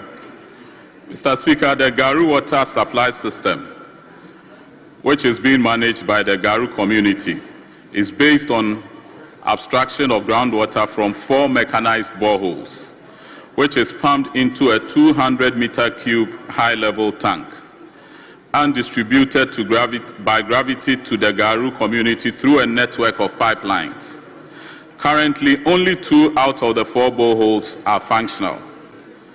Mr. Speaker, it must be noted that a lot of community piped water systems are under the direct management of various communities with oversight responsibility by the respective metropolitan, municipal and district assemblies. Most of these systems have been bedeviled with a lot of issues such as continuous breakdown of water systems with around 40% non-functional at any point, deteriorating water quality, high non-revenue water, huge unpaid electricity bills, poor accountability for revenue and high levels of customer indebtedness. Mr. Speaker, to address these issues and ensure the sustainability of water supply services for rural areas and small towns, the Community Water and Sanitation Agency, as part of its reform agenda, engaged with the Garu community to facilitate Community Water and Sanitation Agency's assumption of management responsibilities for the Garu water system. However, this proposal was initially declined by the community. Mr. Speaker, CWSA is currently re-engaging the community, seeking approval to resume control of the water system so that that comprehensive plans can be developed for its rehabilitation and expansion. Mr. Speaker, the Ministry will work with CWSA and the Garu District to determine the scope and cost of the proposed expansion. Once these have been established, they will be incorporated into the Ministry's medium-term plan for potential funding and implementation. Thank you, Mr. Speaker. Honourable Member, any supplementary question? Yeah, thank you, Mr. Speaker. In his response, the Minister is telling us that most of the systems in the communities have been bedeviled with a lot of issues such as continuous breakdown, among others. These continuous breakdown, we have observed that they are associated with poor electricity supply and current surges. Honourable Is the Member, Minister I think you are completely out of order. Is the Minister considering using alternative power sources for these water supply systems that depend solely on ECG, like solar system or others? That's my question. Yes, Honourable Minister.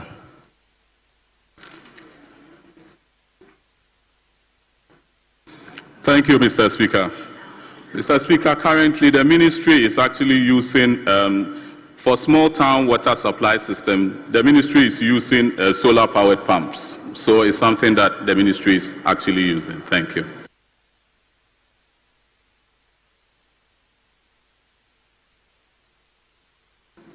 Any further supplementary? Honourable members, in the absence of any further supplementary, that brings us to the last question slated for the Minister responsible for Works and Housing and Water Resources. Therefore, I want to thank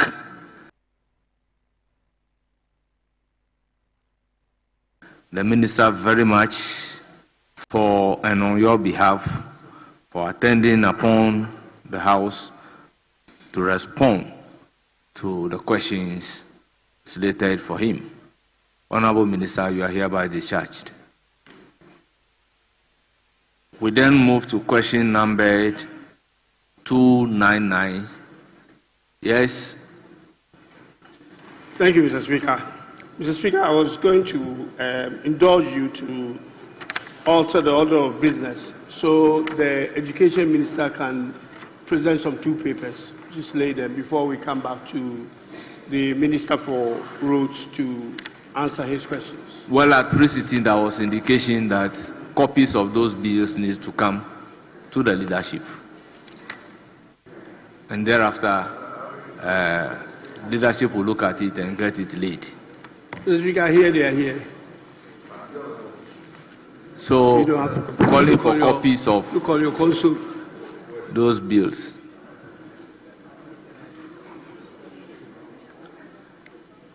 So, honourable members, the Minister responsible for roads and highways is seated to respond to his questions.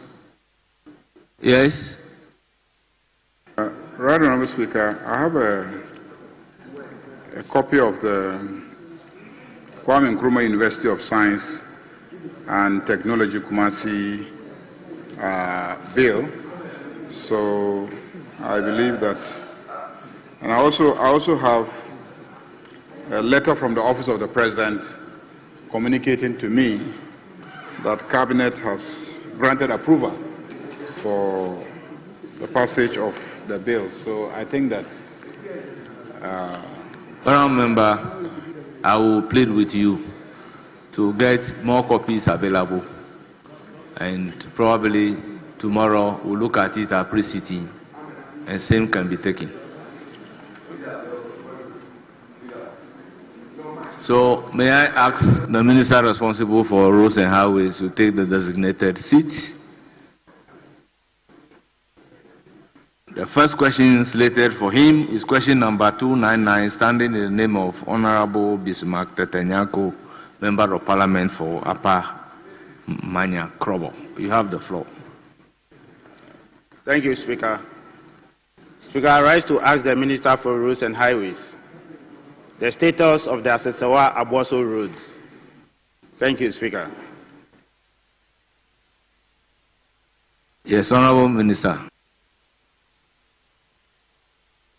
Thank you, Mr. Speaker. The Asesewa Abroso IR3 road forms part of the Kufuor-Dua Asesewa Aboso road project. It links New Joabin South Municipality, Yilo Krobo Municipality, and Fantiakwa North. Current program.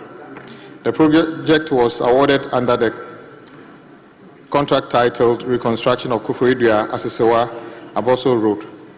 The works commenced on the 3rd of January 2021 for completion by 4th of January 2025. The progress of work currently is 67%. The contractor is on site and works are progressing. Thank you, Mr. Speaker. Yes, Honourable Member. Any supplementary question? Speaker, the people of Asesewa thank the road minister for bringing the contractor back to site. Thank you very much. Honourable Member, this is a constituency-specific question.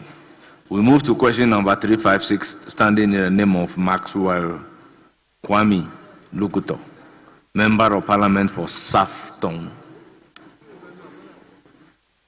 Thank you, Mr. Speaker. I rise on Order 88-2, and I wish to ask the Minister for Roads and Highways when the government will continue works on the Lolito-Hawi Adidopo Road after construction of culverts since 2008.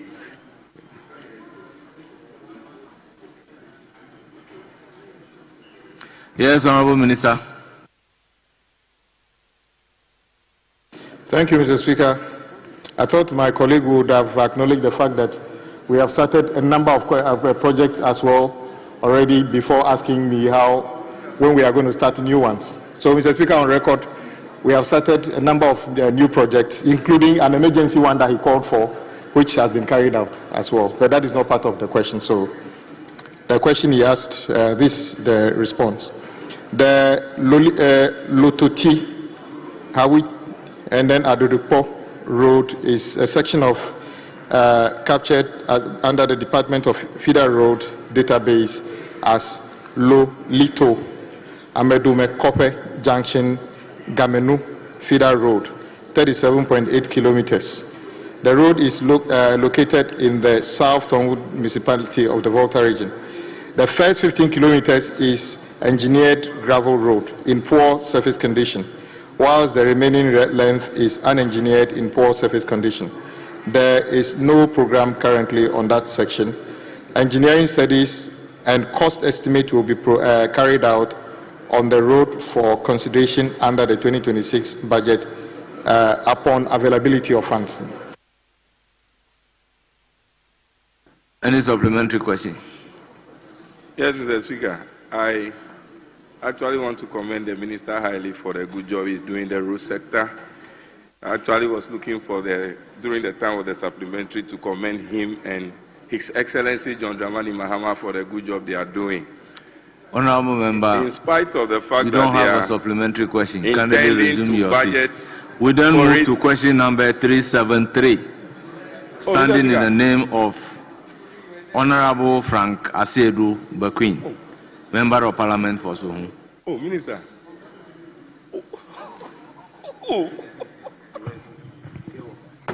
Honourable Member, you have the floor. Thank you, Mr. Speaker. I would like to ask the Minister the status of the following roads in the Suhum municipality. Garibazongo to Ochimbedi area to Adakwa and Intunkum.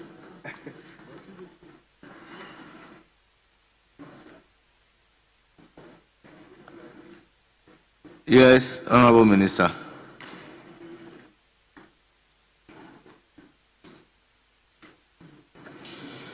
Mr. Speaker, the roads mentioned by my colleague, the Ntukum, Adakwa, Otwe Bedia Dua, and Gariba Zongo are communities along the Suhum Nankase feeder road, which is located in the Suhum municipality of the Eastern region. It is an engineered bituminous surface dressing road in poor condition. Current program.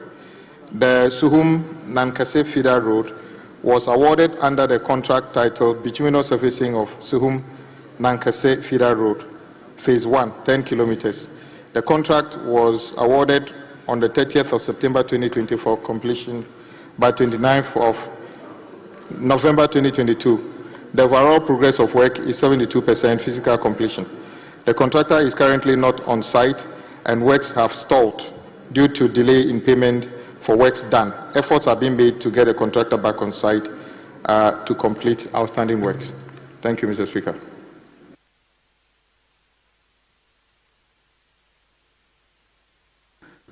Honourable Member, any supplementary question? Yes, Mr. Speaker. The contractor that did Nankase to Dawa Road indeed has completed the works and markings done, but from between Adakwa to Ochumbedi and Tunkum. Honourable Member, what is your supplementary question? Has deteriorated because I think that the contractor did a first quote. So Honourable Member, what is your supplementary question? I'll come to that. Ask the supplementary question. I will do, sir. Yes. Sir, I can understand that Bole Bamboy matter, but the people of Suhum, Garibazongo, or Chimbedu Adakwa also matter. So if you can speed up the process so something can be done. Thank you. Yes, Honourable Minister. Mr. Speaker, I would encourage my colleague to stick to his constituency and leave other constituency matters for those people to deal with. Indeed, Mr. Speaker, as I said, I responded this way because, as he said, some of the roads he mentioned have been completed and are no longer under construction. So my response was to the one that is under construction. So efforts are being made to get a contractor back to site to complete the remaining scope. Thank you.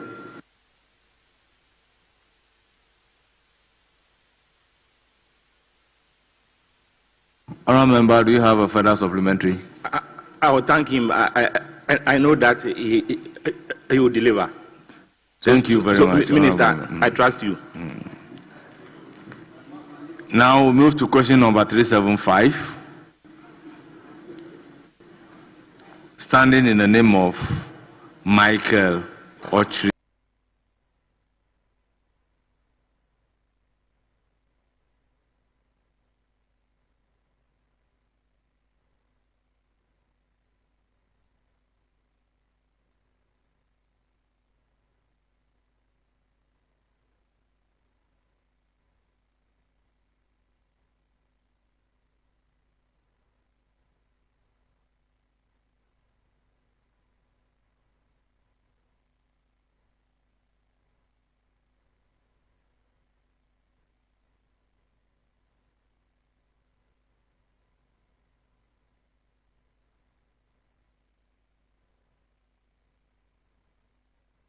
Befi, Member of Parliament.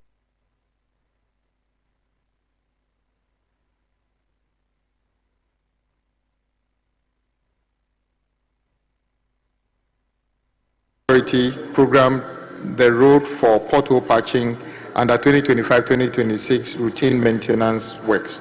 Future program engineering studies and cost estimate will be carried out for consideration under the 2026 budget upon availability of funds. Thank you, Mr. Speaker. Honourable Member, any follow-up? Thank you, Mr. Speaker.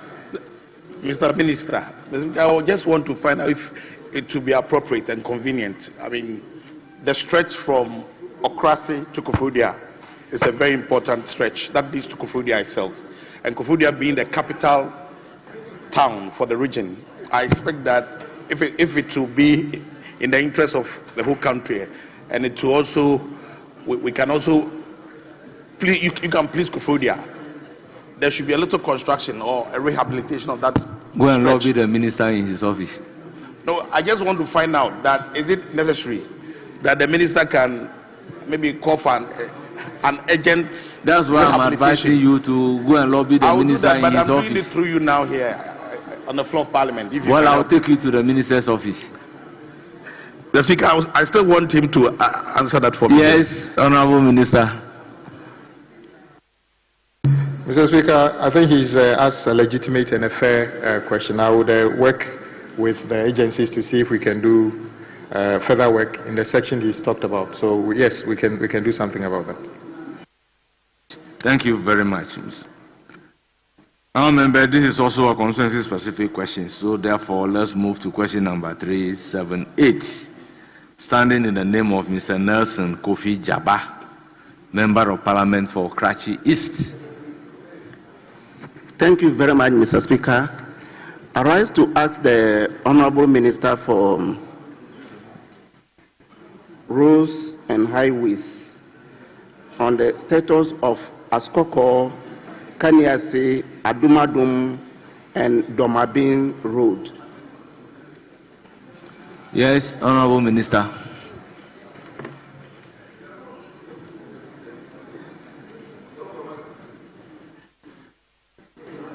Mr. Speaker, the Asukoko, Kaniase, Domabin is a 24-kilometer feeder road located in the Karachi East municipality of the Oti region. It is an engineered gravel road in poor surface condition. This road was awarded under the contract title Bituminous Surfacing of Asukoko, Edumadum, Domabin Phase 1, Feeder Road, 12.3 kilometers. The contract was awarded on the 11th of April 2018 for completion by 27th of June 2020. The overall progress of work is estimated at 40% of physical completion. The contractor is currently on site and works are ongoing. Honourable Member, any supplementary question? Thank you very much, Mr. Speaker. No any further question. Honourable Member, this is also a constituency-specific question. So let's move to question number 415, standing in the name of Honourable Kofi Amankwa Menu, a Member of Parliament for Echima Kwamuaja. Thank you very much, Mr. Speaker. Mr. Speaker, I rise to ask the Minister for Roads and Highways when the contractors working on the following roads in the Achimaka constituency will return to site. Ohimase to Trebum, Ahinema Kokobeng to Amiam Kwanta, Brofuedu to Fuase, Trebum to Meneso, Ampeyo to Asago. Yes, Honourable Minister. Mr. Speaker, all the roads mentioned above by my colleague, this is the current program. The road was awarded under the contract titled Upgrading of Kwadaso Trebom Road, 15.2 kilometers. The contract commenced on the 5th of September 2019 for completion by 4th September 2021 and was later revised to March 2025. The progress of work is at 85.1 physical completion. However, the works have stalled due to delay in payment for works done. Efforts are being made to get the contractor back on site to complete the outstanding works. That is one. Number two, Ahinima Kokobeng to Amiam Kwanta. This forms part of National Route 10, which links the Central, Ashanti, Bono East, and Northern and Upper West regions. It is a 20-kilometer long road and has some local road in the Echuma constituency of the Ashanti region. Current program, it's been awarded under contract title Dualization of Awiankwanta Aheniba Kokoben Road. It was awarded on the 22nd of April 2024 for execution within 24 calendar months. The project commenced on the 28th of May 2024 and was scheduled to be completed on the 27th of May 2026. The progress currently is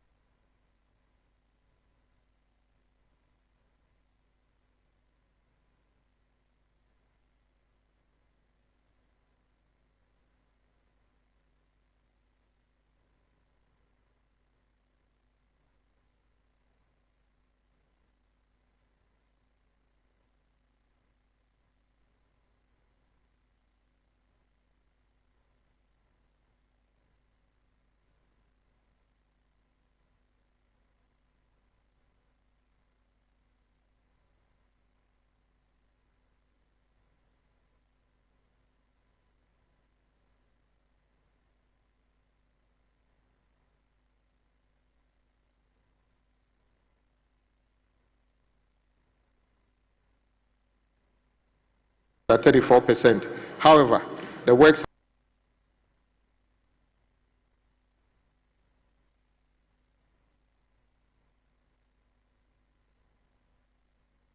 Mr.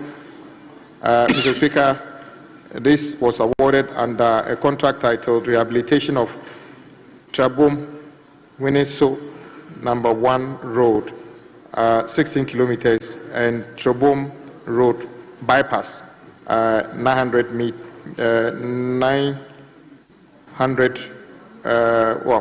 just less than a kilometer. The contract commenced on the 28th of June 2024 for completion by 27th of June 2026. The physical completion is 19.6%. However, the works have stalled due to delayed in payment for works done. Efforts have been made to get a contractor back to site to complete outstanding works. Ampeyo to Asago. Mr. Speaker, this is under Department of Urban Road, and it has been adopted stage construction for this road. It was awarded in under three contracts. One, drainage works along Asago Wood Village Road, drainage works along Ampeyo Asago Road, and then graveling works on selected roads in Echuma Kwama Road. The contract for these drainage works were awarded on the 13th of September 2024 for completion by 25th of March 2025, whilst contract for the graveling commenced on the 27th of September 2025 for completion on the 26th of March 2025. The drainage works are at 75% physical completion, while the graveling is 27% complete. The contractors are currently not on site due to delay in payment for works done, and efforts are being made to get the contractor back to site to complete outstanding works. Thank you, Mr. Speaker. Thank you very much, Honorable Minister. Honorable Member, any supplementary question? Mr. Speaker, let me thank the Minister for his answers. But it's become obvious that the roads are being delayed because of delayed in payment. I will plead with the Honorable Minister if something can be done as quickly as possible, because the roads are so horrible, and the residents of Achuma Kwangoma are finding it very difficult. I am just pleading with you if something can be done. Honorable Member, the Minister has heard you. This is a constituency-specific question. Question number 386, standing in the name of Honorable Kwame Apia Kodia, Fantiakwa, North. Grateful, Mr. Speaker, for the opportunity. I want to ask the Minister for Roads and Highways, when the contractor on the Miaso Ahumahuma Sutu Obohon Road will return to site after halting the construction some months ago. Thank you. Yes, Honorable Minister.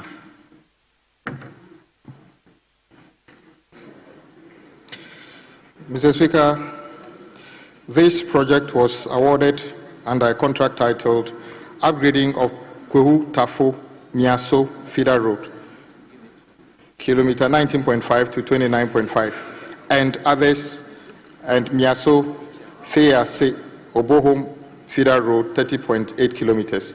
The contract was awarded on the 27th of May 2024 for completion by 19th of February 2026. The overall progress of work is 21.8% physical completion. The contractor is currently not on site and works have stalled due to delayed payment for works done. Efforts have been made to get the contractor back to site to complete outstanding works. Honourable Member, any supplementary question? Rightly so, Mr. Speaker. While appreciating the answer given by the Honourable Minister for Roads and Highways, I want to find out, because personally I believe in your stature and he has been an industry player as well. What practical steps is your ministry taking to ensure that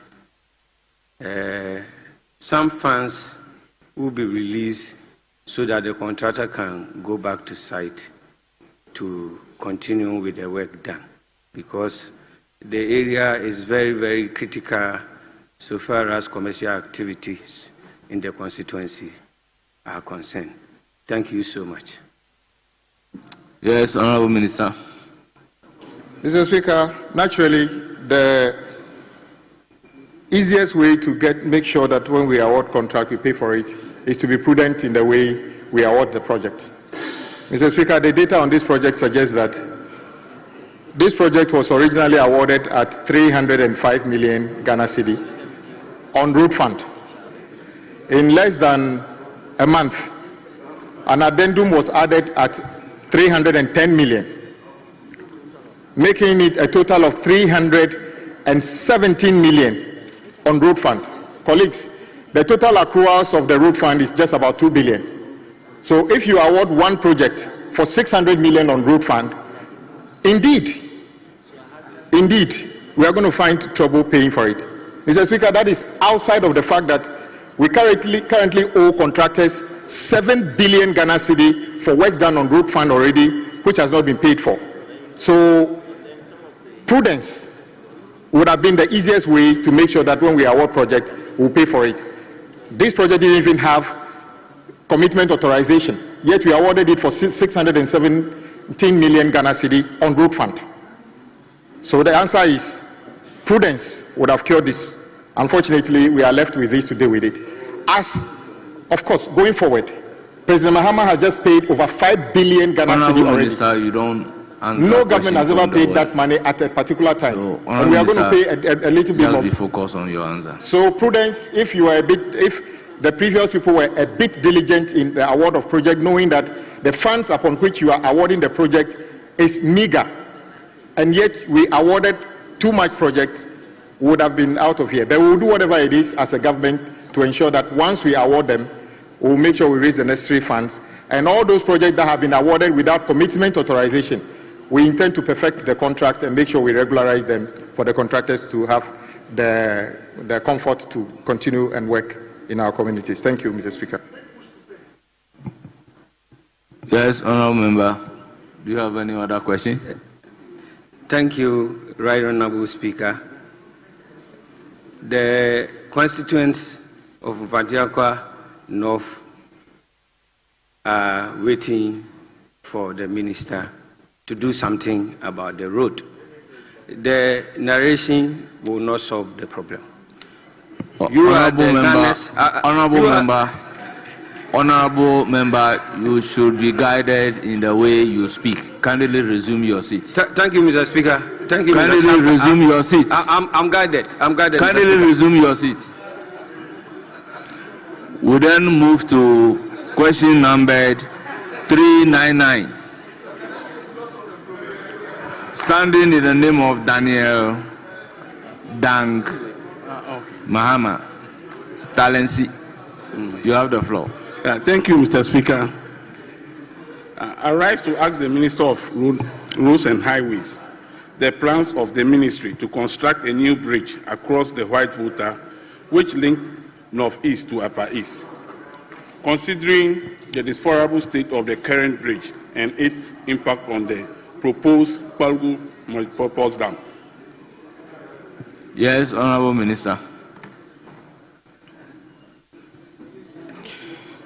Mr. Speaker, the current program on this road, the construction of an alternative bridge across the White Volta, which links Northeast to Upper East through Misho, was awarded under the contract titled Construction of a Bridge over River White Volta along Miosho, and then Weima Road, 210 kilometers, and 9.4 kilometers access road.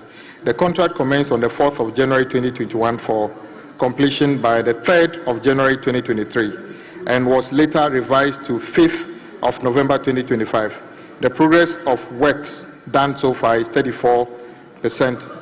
The contractor has slowed down works due to delay in payment for works done. Efforts are being made to get the contractor to return fully and complete outstanding works. Thank you, Mr. Speaker. Yes, Honourable Member, any supplementary question?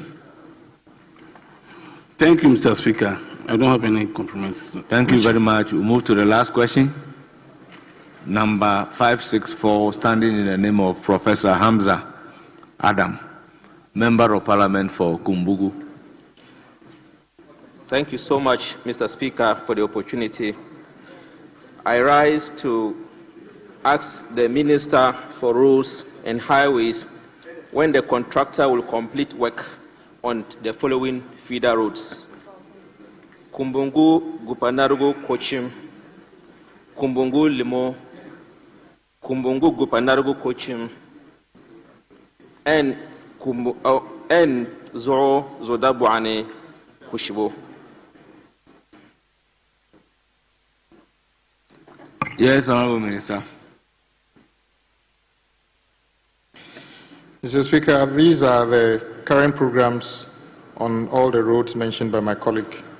The first one, the Kumbungu Gupanugu Kochim Feeder Road, was awarded under the contract titled Rehabilitation of Kumbungu Gupa Naguri Kochi, and then all these roads totaling 35 kilometers. The contract commenced on the 9th of December 2024 for completion by 9th June 2026. The overall progress is 60% completion. The contractor is currently on site and works are ongoing. 2. Kumbungu Limo, current program. This project is awarded under a project titled Rehabilitation of Kumbungu Gapanaguri Cochin Road, all totaling 35 kilometers, Mr. Speaker. The contract commenced on the 9th of December 2024 for completion by 9th of June 2026. Works done so far is 60%, and the contractor is currently on site. 3. Kumbungu Zugu Yipelgu Satani. Mr. Speaker, the two separate contracts were awarded under project titles Emergency Remedial Works on Buipe Kotikto Damango Road, 14.9 kilometers, kilometer 14.9 to 38.4, and construction of 1 number single 2x2 box culvert and 6 number 1 by 1.2 meter diameter pipe culvert relocated to Savilugu, Sakpem, and then Sakpem to Satani Road, kilometer 0.8 to 6.6. And then 2, emergency remedial works on the Buipe Kochiko Road. Mr. Speaker, in summary, the contracts were awarded in May 2019 for completion by March 2023. Works were substantially completed as per original scope, which primarily is construction of culverts and filling of approaches. The next one is Zugu to Zugu Dam Bongi Koshibo Road. Mr. Speaker, current program. This road was awarded.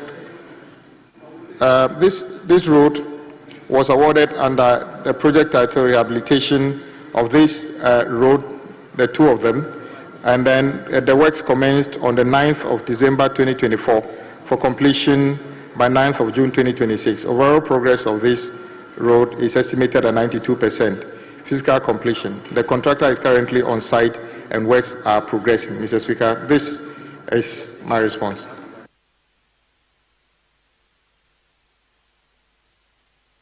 Honourable Member, any supplementary? Yes, Mr. Speaker. Thank you very much, Minister, for your response, and to thank you for your effort. The contractor is back to site and working. However, in your response, if you look at Kumbungu Zoro Yipelgu Satan route, as indicated in your answer, the route was relocated. However, it is the most damaged and most critical route, which my people are looking forward. What is your supplementary question? My question, Mr. Speaker, is what steps would the minister to ensure that Kumbungu Zoro Yipelgu Satan route is awarded? Yes, Honourable Minister. Mr. Speaker, indeed, my colleague discussed the particular issue with me privately. It appears the road was awarded and a portion was relocated to another place, meaning that on the contract database, it's as if that particular place was part of the current program. So he raised it with me and I agreed that we need to do something to bring that portion back. So I'll work with him to make sure that we work on the section that is currently not being worked on because of the relocation of a certain portion to another place. Thank you, Mr. Speaker. Honourable Member. Mr. Speaker, I thank you for the opportunity. I'm done. Thank you, honourable members. Question time is ended. Yes, Deputy Majority Leader. Thank you very much, Mr. Speaker. I wanted to pray with you to... Minister. Honourable Member, with all due respect, let me thank the Minister for Roads and Highways for attending upon the House always to respond to questions. We are most grateful. We've taken notice of your presence in this House each time questions are slated for you. Thank you very much. Yes, Deputy Majority Leader. Yes, sorry, Mr. Speaker. Thank you very much. I was saying I was going to pray with you to alter the order of business and go on to public business and take item 17, which is the Minister of Education is here to do the Scholarship Authority Bill, the consideration stage. Honourable members, at commencement of public business, item numbered 17, Ghana Scholarship Authority Bill under consideration. Speaker, yes. I was thinking that you would check with me as well to know. I mean, although he's hinted me, I thought that the procedure is to... I thought you have always been saying that the discretion is for the Speaker. Yes, without doubt. But, I mean, we are working... When I said that, in line with the natural justice, I want to hear from both sides. Yes, the indication so I was going to quote you. Yes, the indication was that it is my discretion. Even today, that has been said. But, Speaker, you said in line with natural justice. Yes. And there are two... That is my approach.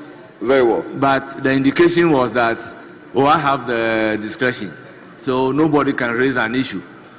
Very well, but Speaker. Having raised the issue, let me listen to you. Speaker, we are not opposed. I just thought that in the natural course of things, you would have sought mine. But we are not opposed. Thank you very much. Yes. Ghana Scholarship Authority Bill under consideration.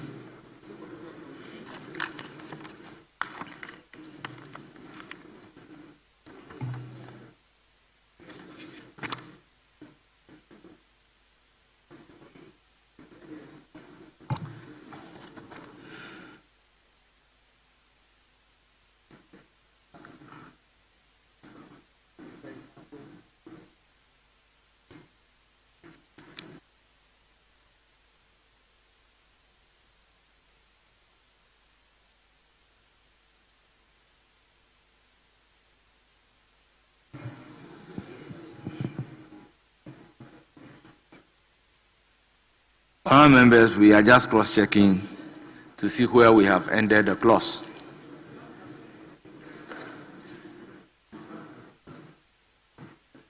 Honourable Minister, can you guide us? The clause, is it clause 31? I know clause 4 and 5 has been deferred. Rightly so, Mr. Speaker. So we ended up at clause 31. 31. If we can continue from 31, then later on, Mr. Speaker, we can look at 4 and 5. Thank you.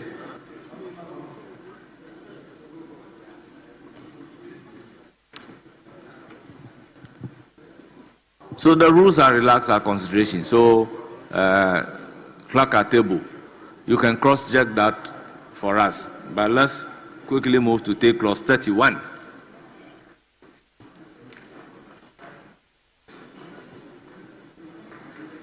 Chairman of the committee.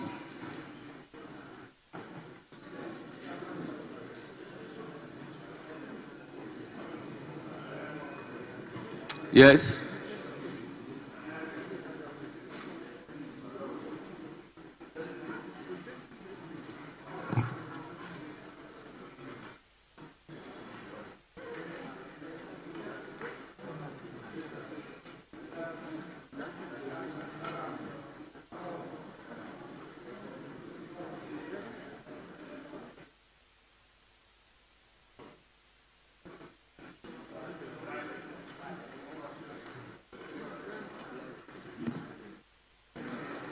My question.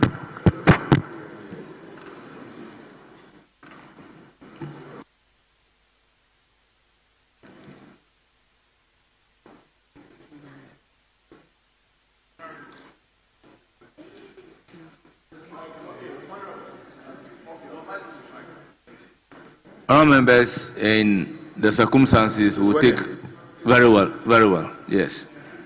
Mr. Speaker, I wanted to seek your permission to, the chairman of the committee is actually out of jurisdiction. So I wanted to apply for a member of the committee, Honorable Edem, to stand in for him. Thank you. Thank you very much. I'm informed some microphones are not still working. Okay, now.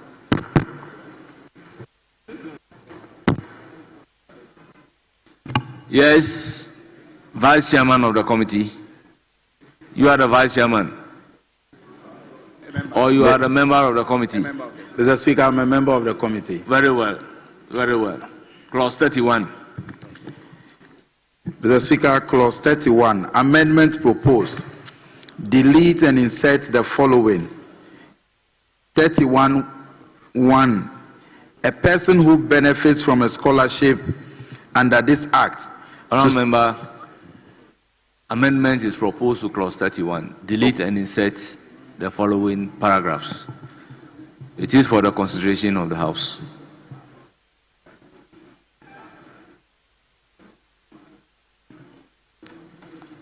Honourable members, in the absence of any proposed amendment, I will put a question to clause 31 as amended. All those in favour of clause 31 as amended being part of the bill say aye. Those against say no. The amendment, the ayes have it. The amendment is carried. Clause 32. Regulations. Honourable members, there is no advertised amendment to clause 32. It is for your consideration. Any proposed amendment? Honourable members, in the absence of any proposed amendment, yes, Honourable Nyindam. Mr. Speaker, I thought this one we are doing the bill, so this one is not question time. So if you can be patient with us. And for question time, the way you were rushing, maybe this Do you one have a proposed amendment to clause 32? Yes. What is your amendment? Yes, I wanted to find out from the minister, looking at the one, and has been adopted, but I wanted to further find out from the minister if it's not appropriate for us to give some frame, maybe a period of 2 years, 3 years, or 5 years. But if we just say come back after completion, come back to serve the country, is too open. If we could give a time a time frame, maybe come to serve the country within a period of 5 years or something. That's what I just Which want clause are you talking about? We are talking about clause 31(1). We have put a question on yes, clause that was 31. The amendment. So come as second consideration. We are now at clause 32. Oh, Mr. Speaker, let's be flexible. Yes. Honourable members, clause 32. Any proposed amendment to clause 32? Mr. Speaker, no proposed amendment. There is no advertised amendment to clause 32. Honourable members, I will then put a question to clause 32. As many as are in favour of clause 32 standing part of the bill, say aye. Those against, say no. The ayes have it. Clause 32 is ordered to stand part of the bill. Honourable members, we need to learn the rudiment of the game. If a question is put and carried, you can only come to that question as second consideration except by the leave of the Speaker. So that one, it is not automatic. So to say that this is not a question and that the Speaker should be flexible, I consider it unguided. The rules are clear. When questions are put and the amendment is carried, you can only come back to that amendment by the leave of the Speaker or a second consideration. You cannot be seeking by leave of the Speaker by asking the Speaker to be flexible.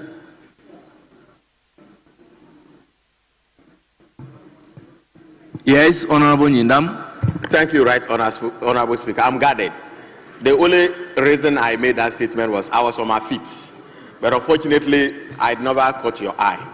That's why I thought that as a friend, the right thing for you to do is that I could play that Speaker, though you have put a question on clause 31, may I have your leave to take you back to clause 31?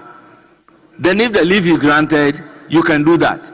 Or you take note and come back as second consideration. Speaker, I'm guarded. Thank you very much. Thank you too. Clause 33. Interpretation. Clause 33, Chairman of the Committee. Mr. Speaker, amendment proposed. Interpretation of government scholarship, line 2. After is, you delete award and insert awarded. And in line 2, after corporation, delete or a foreign sponsor and insert bilateral partner or multilateral partner. I so move, Mr. Speaker. What will be the new rendition?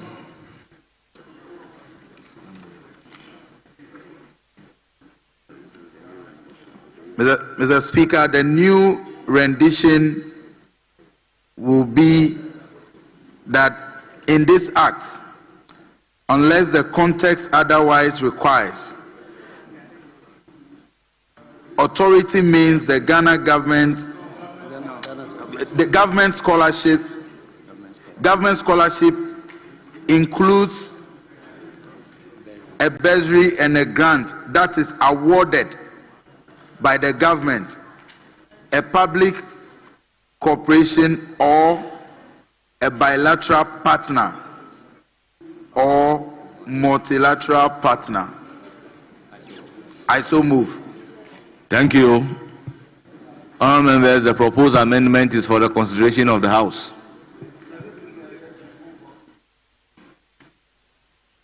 Yes. Mr. Speaker, with respect, I recommend that instead of putting bilateral partner and multilateral partner, we make it bilateral and multilateral partner.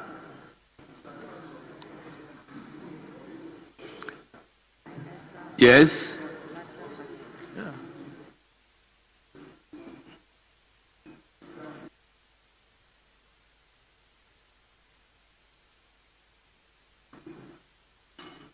Mr. Speaker, if I have your indulgence. Yes, Honourable Minister.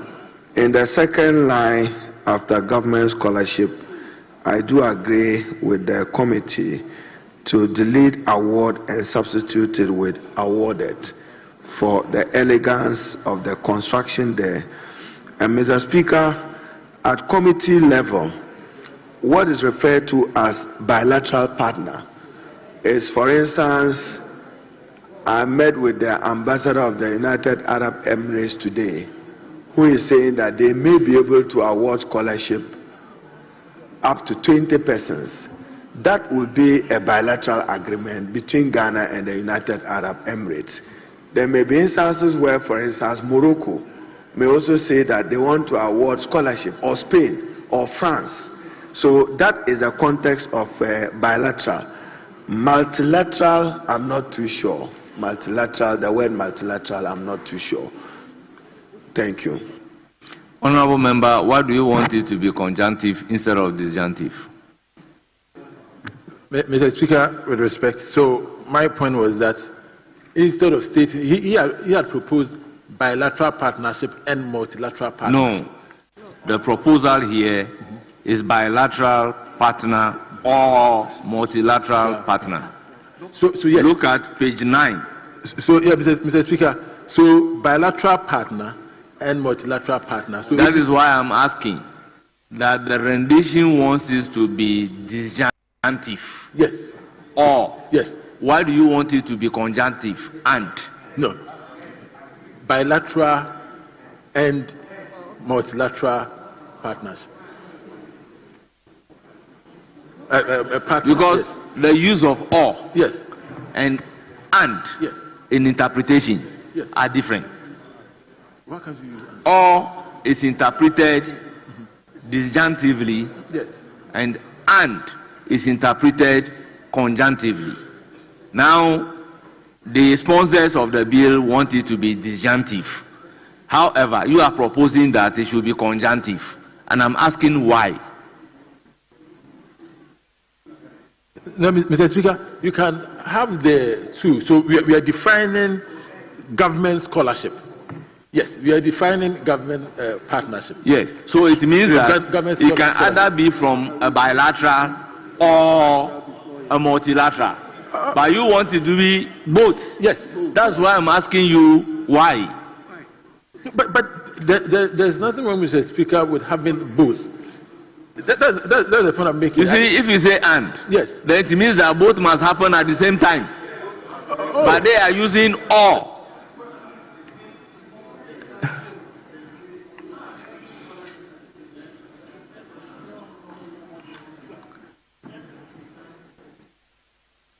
Yes, Honorable Dr. Kabiru. Mr. Speaker, I thought the Honorable member wanted us to make it a bit more elegant by not saying bilateral partner and or multilateral partner. We should just delete the first partner and keep one partner. That was the first understanding I had. But if that is not the understanding, I think that we have to leave it all, because if we make it conjunctively, it means that it must be both bilateral and multilateral before it will be qualified under the definition. Yes, that will be more problematic. If we leave it as all, it means that either bilateral yes, or multilateral yes. are both qualified. So yes. I think that we can keep it as it is. But I don't know whether or not his proposal as well will say multilateral or bilateral partner, because that was the first understanding I had. He's saying that for the elegance of it, let's delete the first partner and just say multilateral or bilateral partner. So that's the understanding I had. And I think if you take out the partner, it can be problematic. Okay. Because you are referring to bilateral partner or multilateral partner. So, honourable members, I think the rendition should stay the way as proposed. Honourable members, I want to put a question. I'll put a question first on the proposed amendment. As many as are in favor of the amendment as proposed in clause 33, item numbered V, say aye. Those against say no. The ayes have it. The amendment is carried. Clause VI, still on clause 33. Amendment proposed, standing in the name of the chairman of the committee. Mr. Speaker, clause 33 VI, amendment proposed. Add the following new definition. Ghana Education Trust Fund means the Ghana Education Trust Fund established under Section 1 of the Ghana Education Trust Fund Act 2000, Act 581. I so move. Honourable members, the proposed amendment is for the consideration of the House.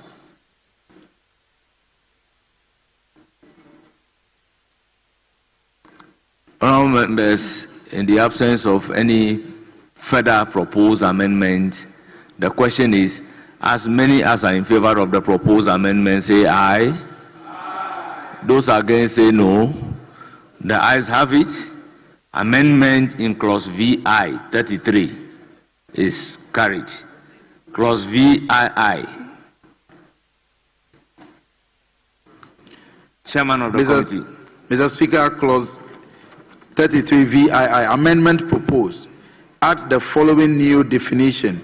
Student Loan Trust Fund means the Student Loan Trust Fund established under the Student Loan Trust Act 2011 at 820. I so move. Honourable members, the proposed amendment is for the consideration of the House. Honourable members, in the absence of any further proposed amendment, I'll put a question. The question is, as many as are in favor of the amendment proposed to clause 33, as in VII, say aye. Those against say no. The ayes have it.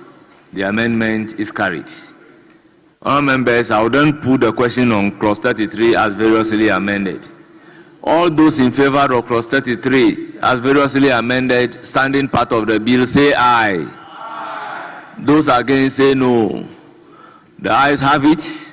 Clause 33 is ordered to stand part of the bill. Clause 34. Transitional provisions. Honourable members, there is no advertised amendment. However, it is for the consideration of the House. Any proposed amendment to clause 34? In the absence of any proposed amendment, the question is, as many as are in favor of clause 34 standing part of the bill, say aye. Those against say no. The ayes have it. Clause 34 is ordered to stand part of the bill. Yes, Minister for Education. Clause 4 and 5 has been deferred. Mr. Speaker, if I can indulge you, we can do 4. Mr. Speaker, as you may recall, when this bill was introduced in this House, the civil society groups in education expressed concern about representation on the governing authority. Notably, there was calls for the National Union of Ghana Students to have a representative. The other was for civil society groups in education to have a representative. And Mr. Speaker, the Honorable Minister for Gender made a strong case in respect of 41F. 3 other persons nominated by the President. So we discussed with the chairman that it will now be 2 other persons nominated by the President, at least one of whom is a woman. So if I can yield to the committee to take it, but there is no problem.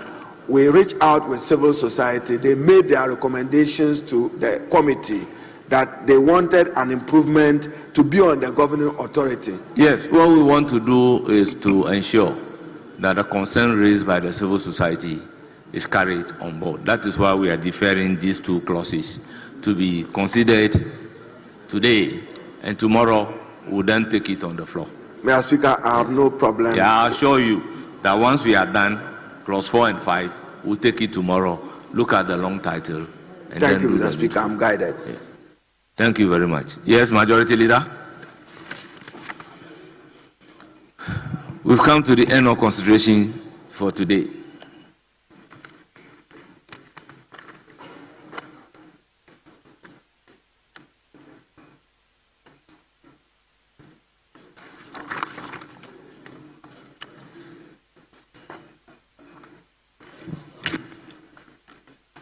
Yes, Majority Leader.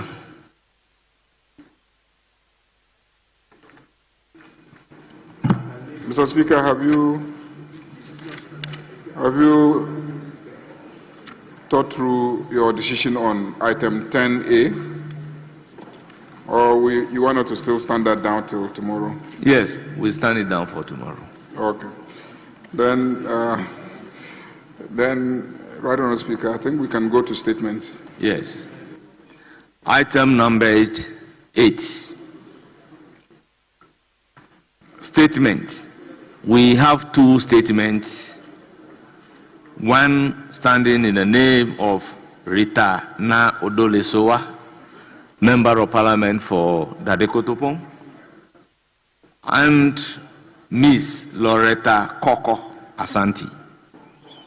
So we start with the A, standing in the name of Honorable Rita Na Odolesowa, Member of Parliament for Dadekotopon. Thank you, Right Honorable Speaker, for the opportunity. Mr. Speaker, thank you for the opportunity to make this statement before this respected House. I rise with deep admiration and conviction to draw the attention of this honorable chamber to an extraordinary continental movement led by a determined daughter of Africa, Douara Afue Yasmin, a 34-year-old cyclist, activist, and visionary from Côte d'Ivoire. She launched a bold transcontinental journey titled Weary, meaning where innovation rises, cycling from Kohongo in northern Côte d'Ivoire through our own country, Ghana, and onward to Cape Town, South Africa. She successfully completed the journey after crossing 11 African countries in total. It was far more than a physical expedition. It became a campaign of consciousness, a traveling manifesto of resilience and reform. Her journey stood as a declaration without slogans and an act of advocacy in motion.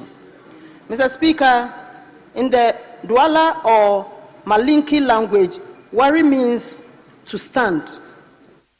This was a charge to this generation to rise with clarity, creativity, and courage. Yasmin's expedition challenged the continent to believe in itself, its ideas, its people, and its power to disrupt entrenched systems.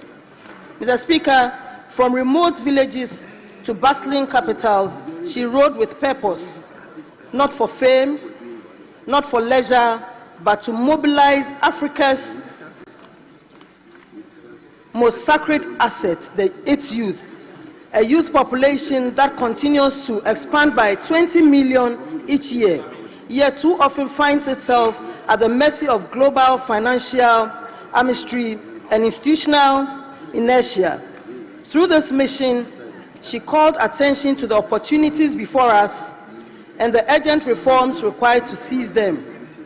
Mr. Speaker, she writes for economic justice, for gender equity, and for a truly sustainable Africa.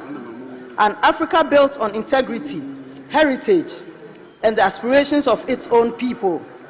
Her initiative, Agenda Africa, dares to confront the structural inequities in the global financial order.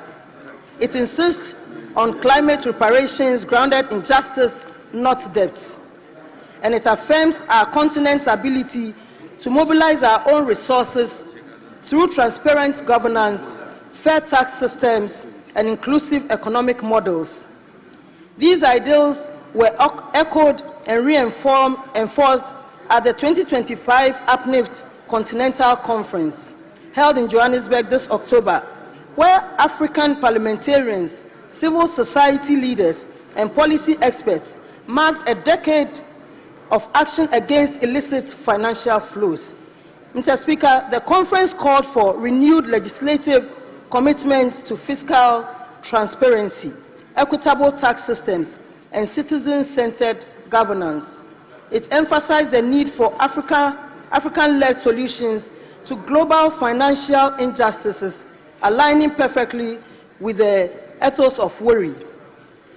Through WIRI, Ms. Diawara also gave life to several of the Sustainable Development Goals, including SDG 4, Quality Education, SDG 5, Gender Equality, SDG 8, Decent Work and Economic Growth, SDG 9, Innovation and Infrastructure, SDG 13, Climate Action, and SDG 16, Peace, Justice, and Strong Institutions. Mr. Speaker, in each country, she stopped to spotlight young change makers, particularly women who were spearheading grassroots solutions in education, technology, environmental preservation, and civic participation. Mr. Speaker, this mission aligned perfectly with the sustained advocacy within this Parliament and throughout our continent for affirmative action. Inclusive governance and women's leadership. These are not secondary demands. They are fundamental prerequisites for sustainable development. Yasmin Diware's work reflected the spirit of transformative feminism, where women are not simply invited to participate, but entrusted to design, lead, and implement change from the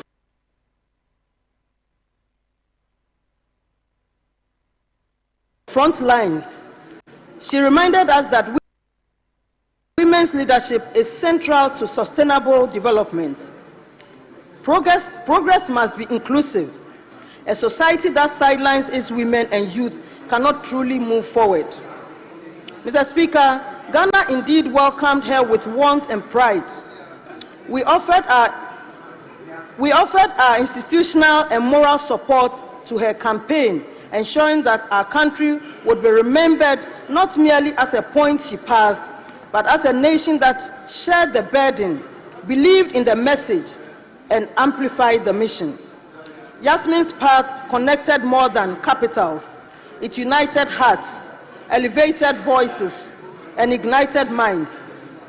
It told every African girl that leadership does not always wear a suit.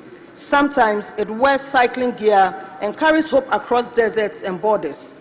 Mr. Speaker, let it now be permanently recorded that this Parliament recognized the courage and clarity of Yasmin Diawara. She did not wait for doors to open. She forged new ones with every paddle stroke. And in doing so, she inspired us all, especially our daughters, to rise boldly and claim their rightful place in shaping Africa's future. Thank you, Mr. Speaker, for this opportunity. Thank you very much. Statement ably made, and it is for your comment.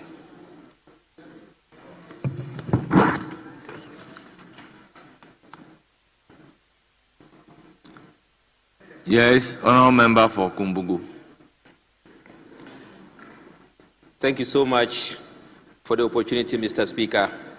Let me thank Honourable Rita for the detailed submission. Mr. Speaker, I'm very much impressed about the task that has been taken up by our dear sister. She has proven to the fact that what men can do, women can do that better. Many a times we've heard about men cycling, men walking, and all that. We have not heard much about that from women. And so her initiative will go into the record as one of the heroes that we have registered from our female gender, Mr. Speaker. One very touching aspect of the submission that I have picked up has to do with the gender aspect. Our sister is mobilizing resources, trying to support deprived communities, rural communities, to be able to get bicycles. In fact, if you happen to walk in some of the deprived communities, some of the students, including girls, they walk up to 5-6 kilometers on feet trying to go to schools. Our Honorable Minister for Education started something in Tamale, which was so very well, and it was so good. He started buying bicycles because a lot of them go through struggle. Started buying bicycles for school children randomly. If you are lucky on a particular day and you are going to school and you chance him, he will just tell you, go to do so and so and pick a bicycle. That was, the generosity that he exhibited in trying to support that. So the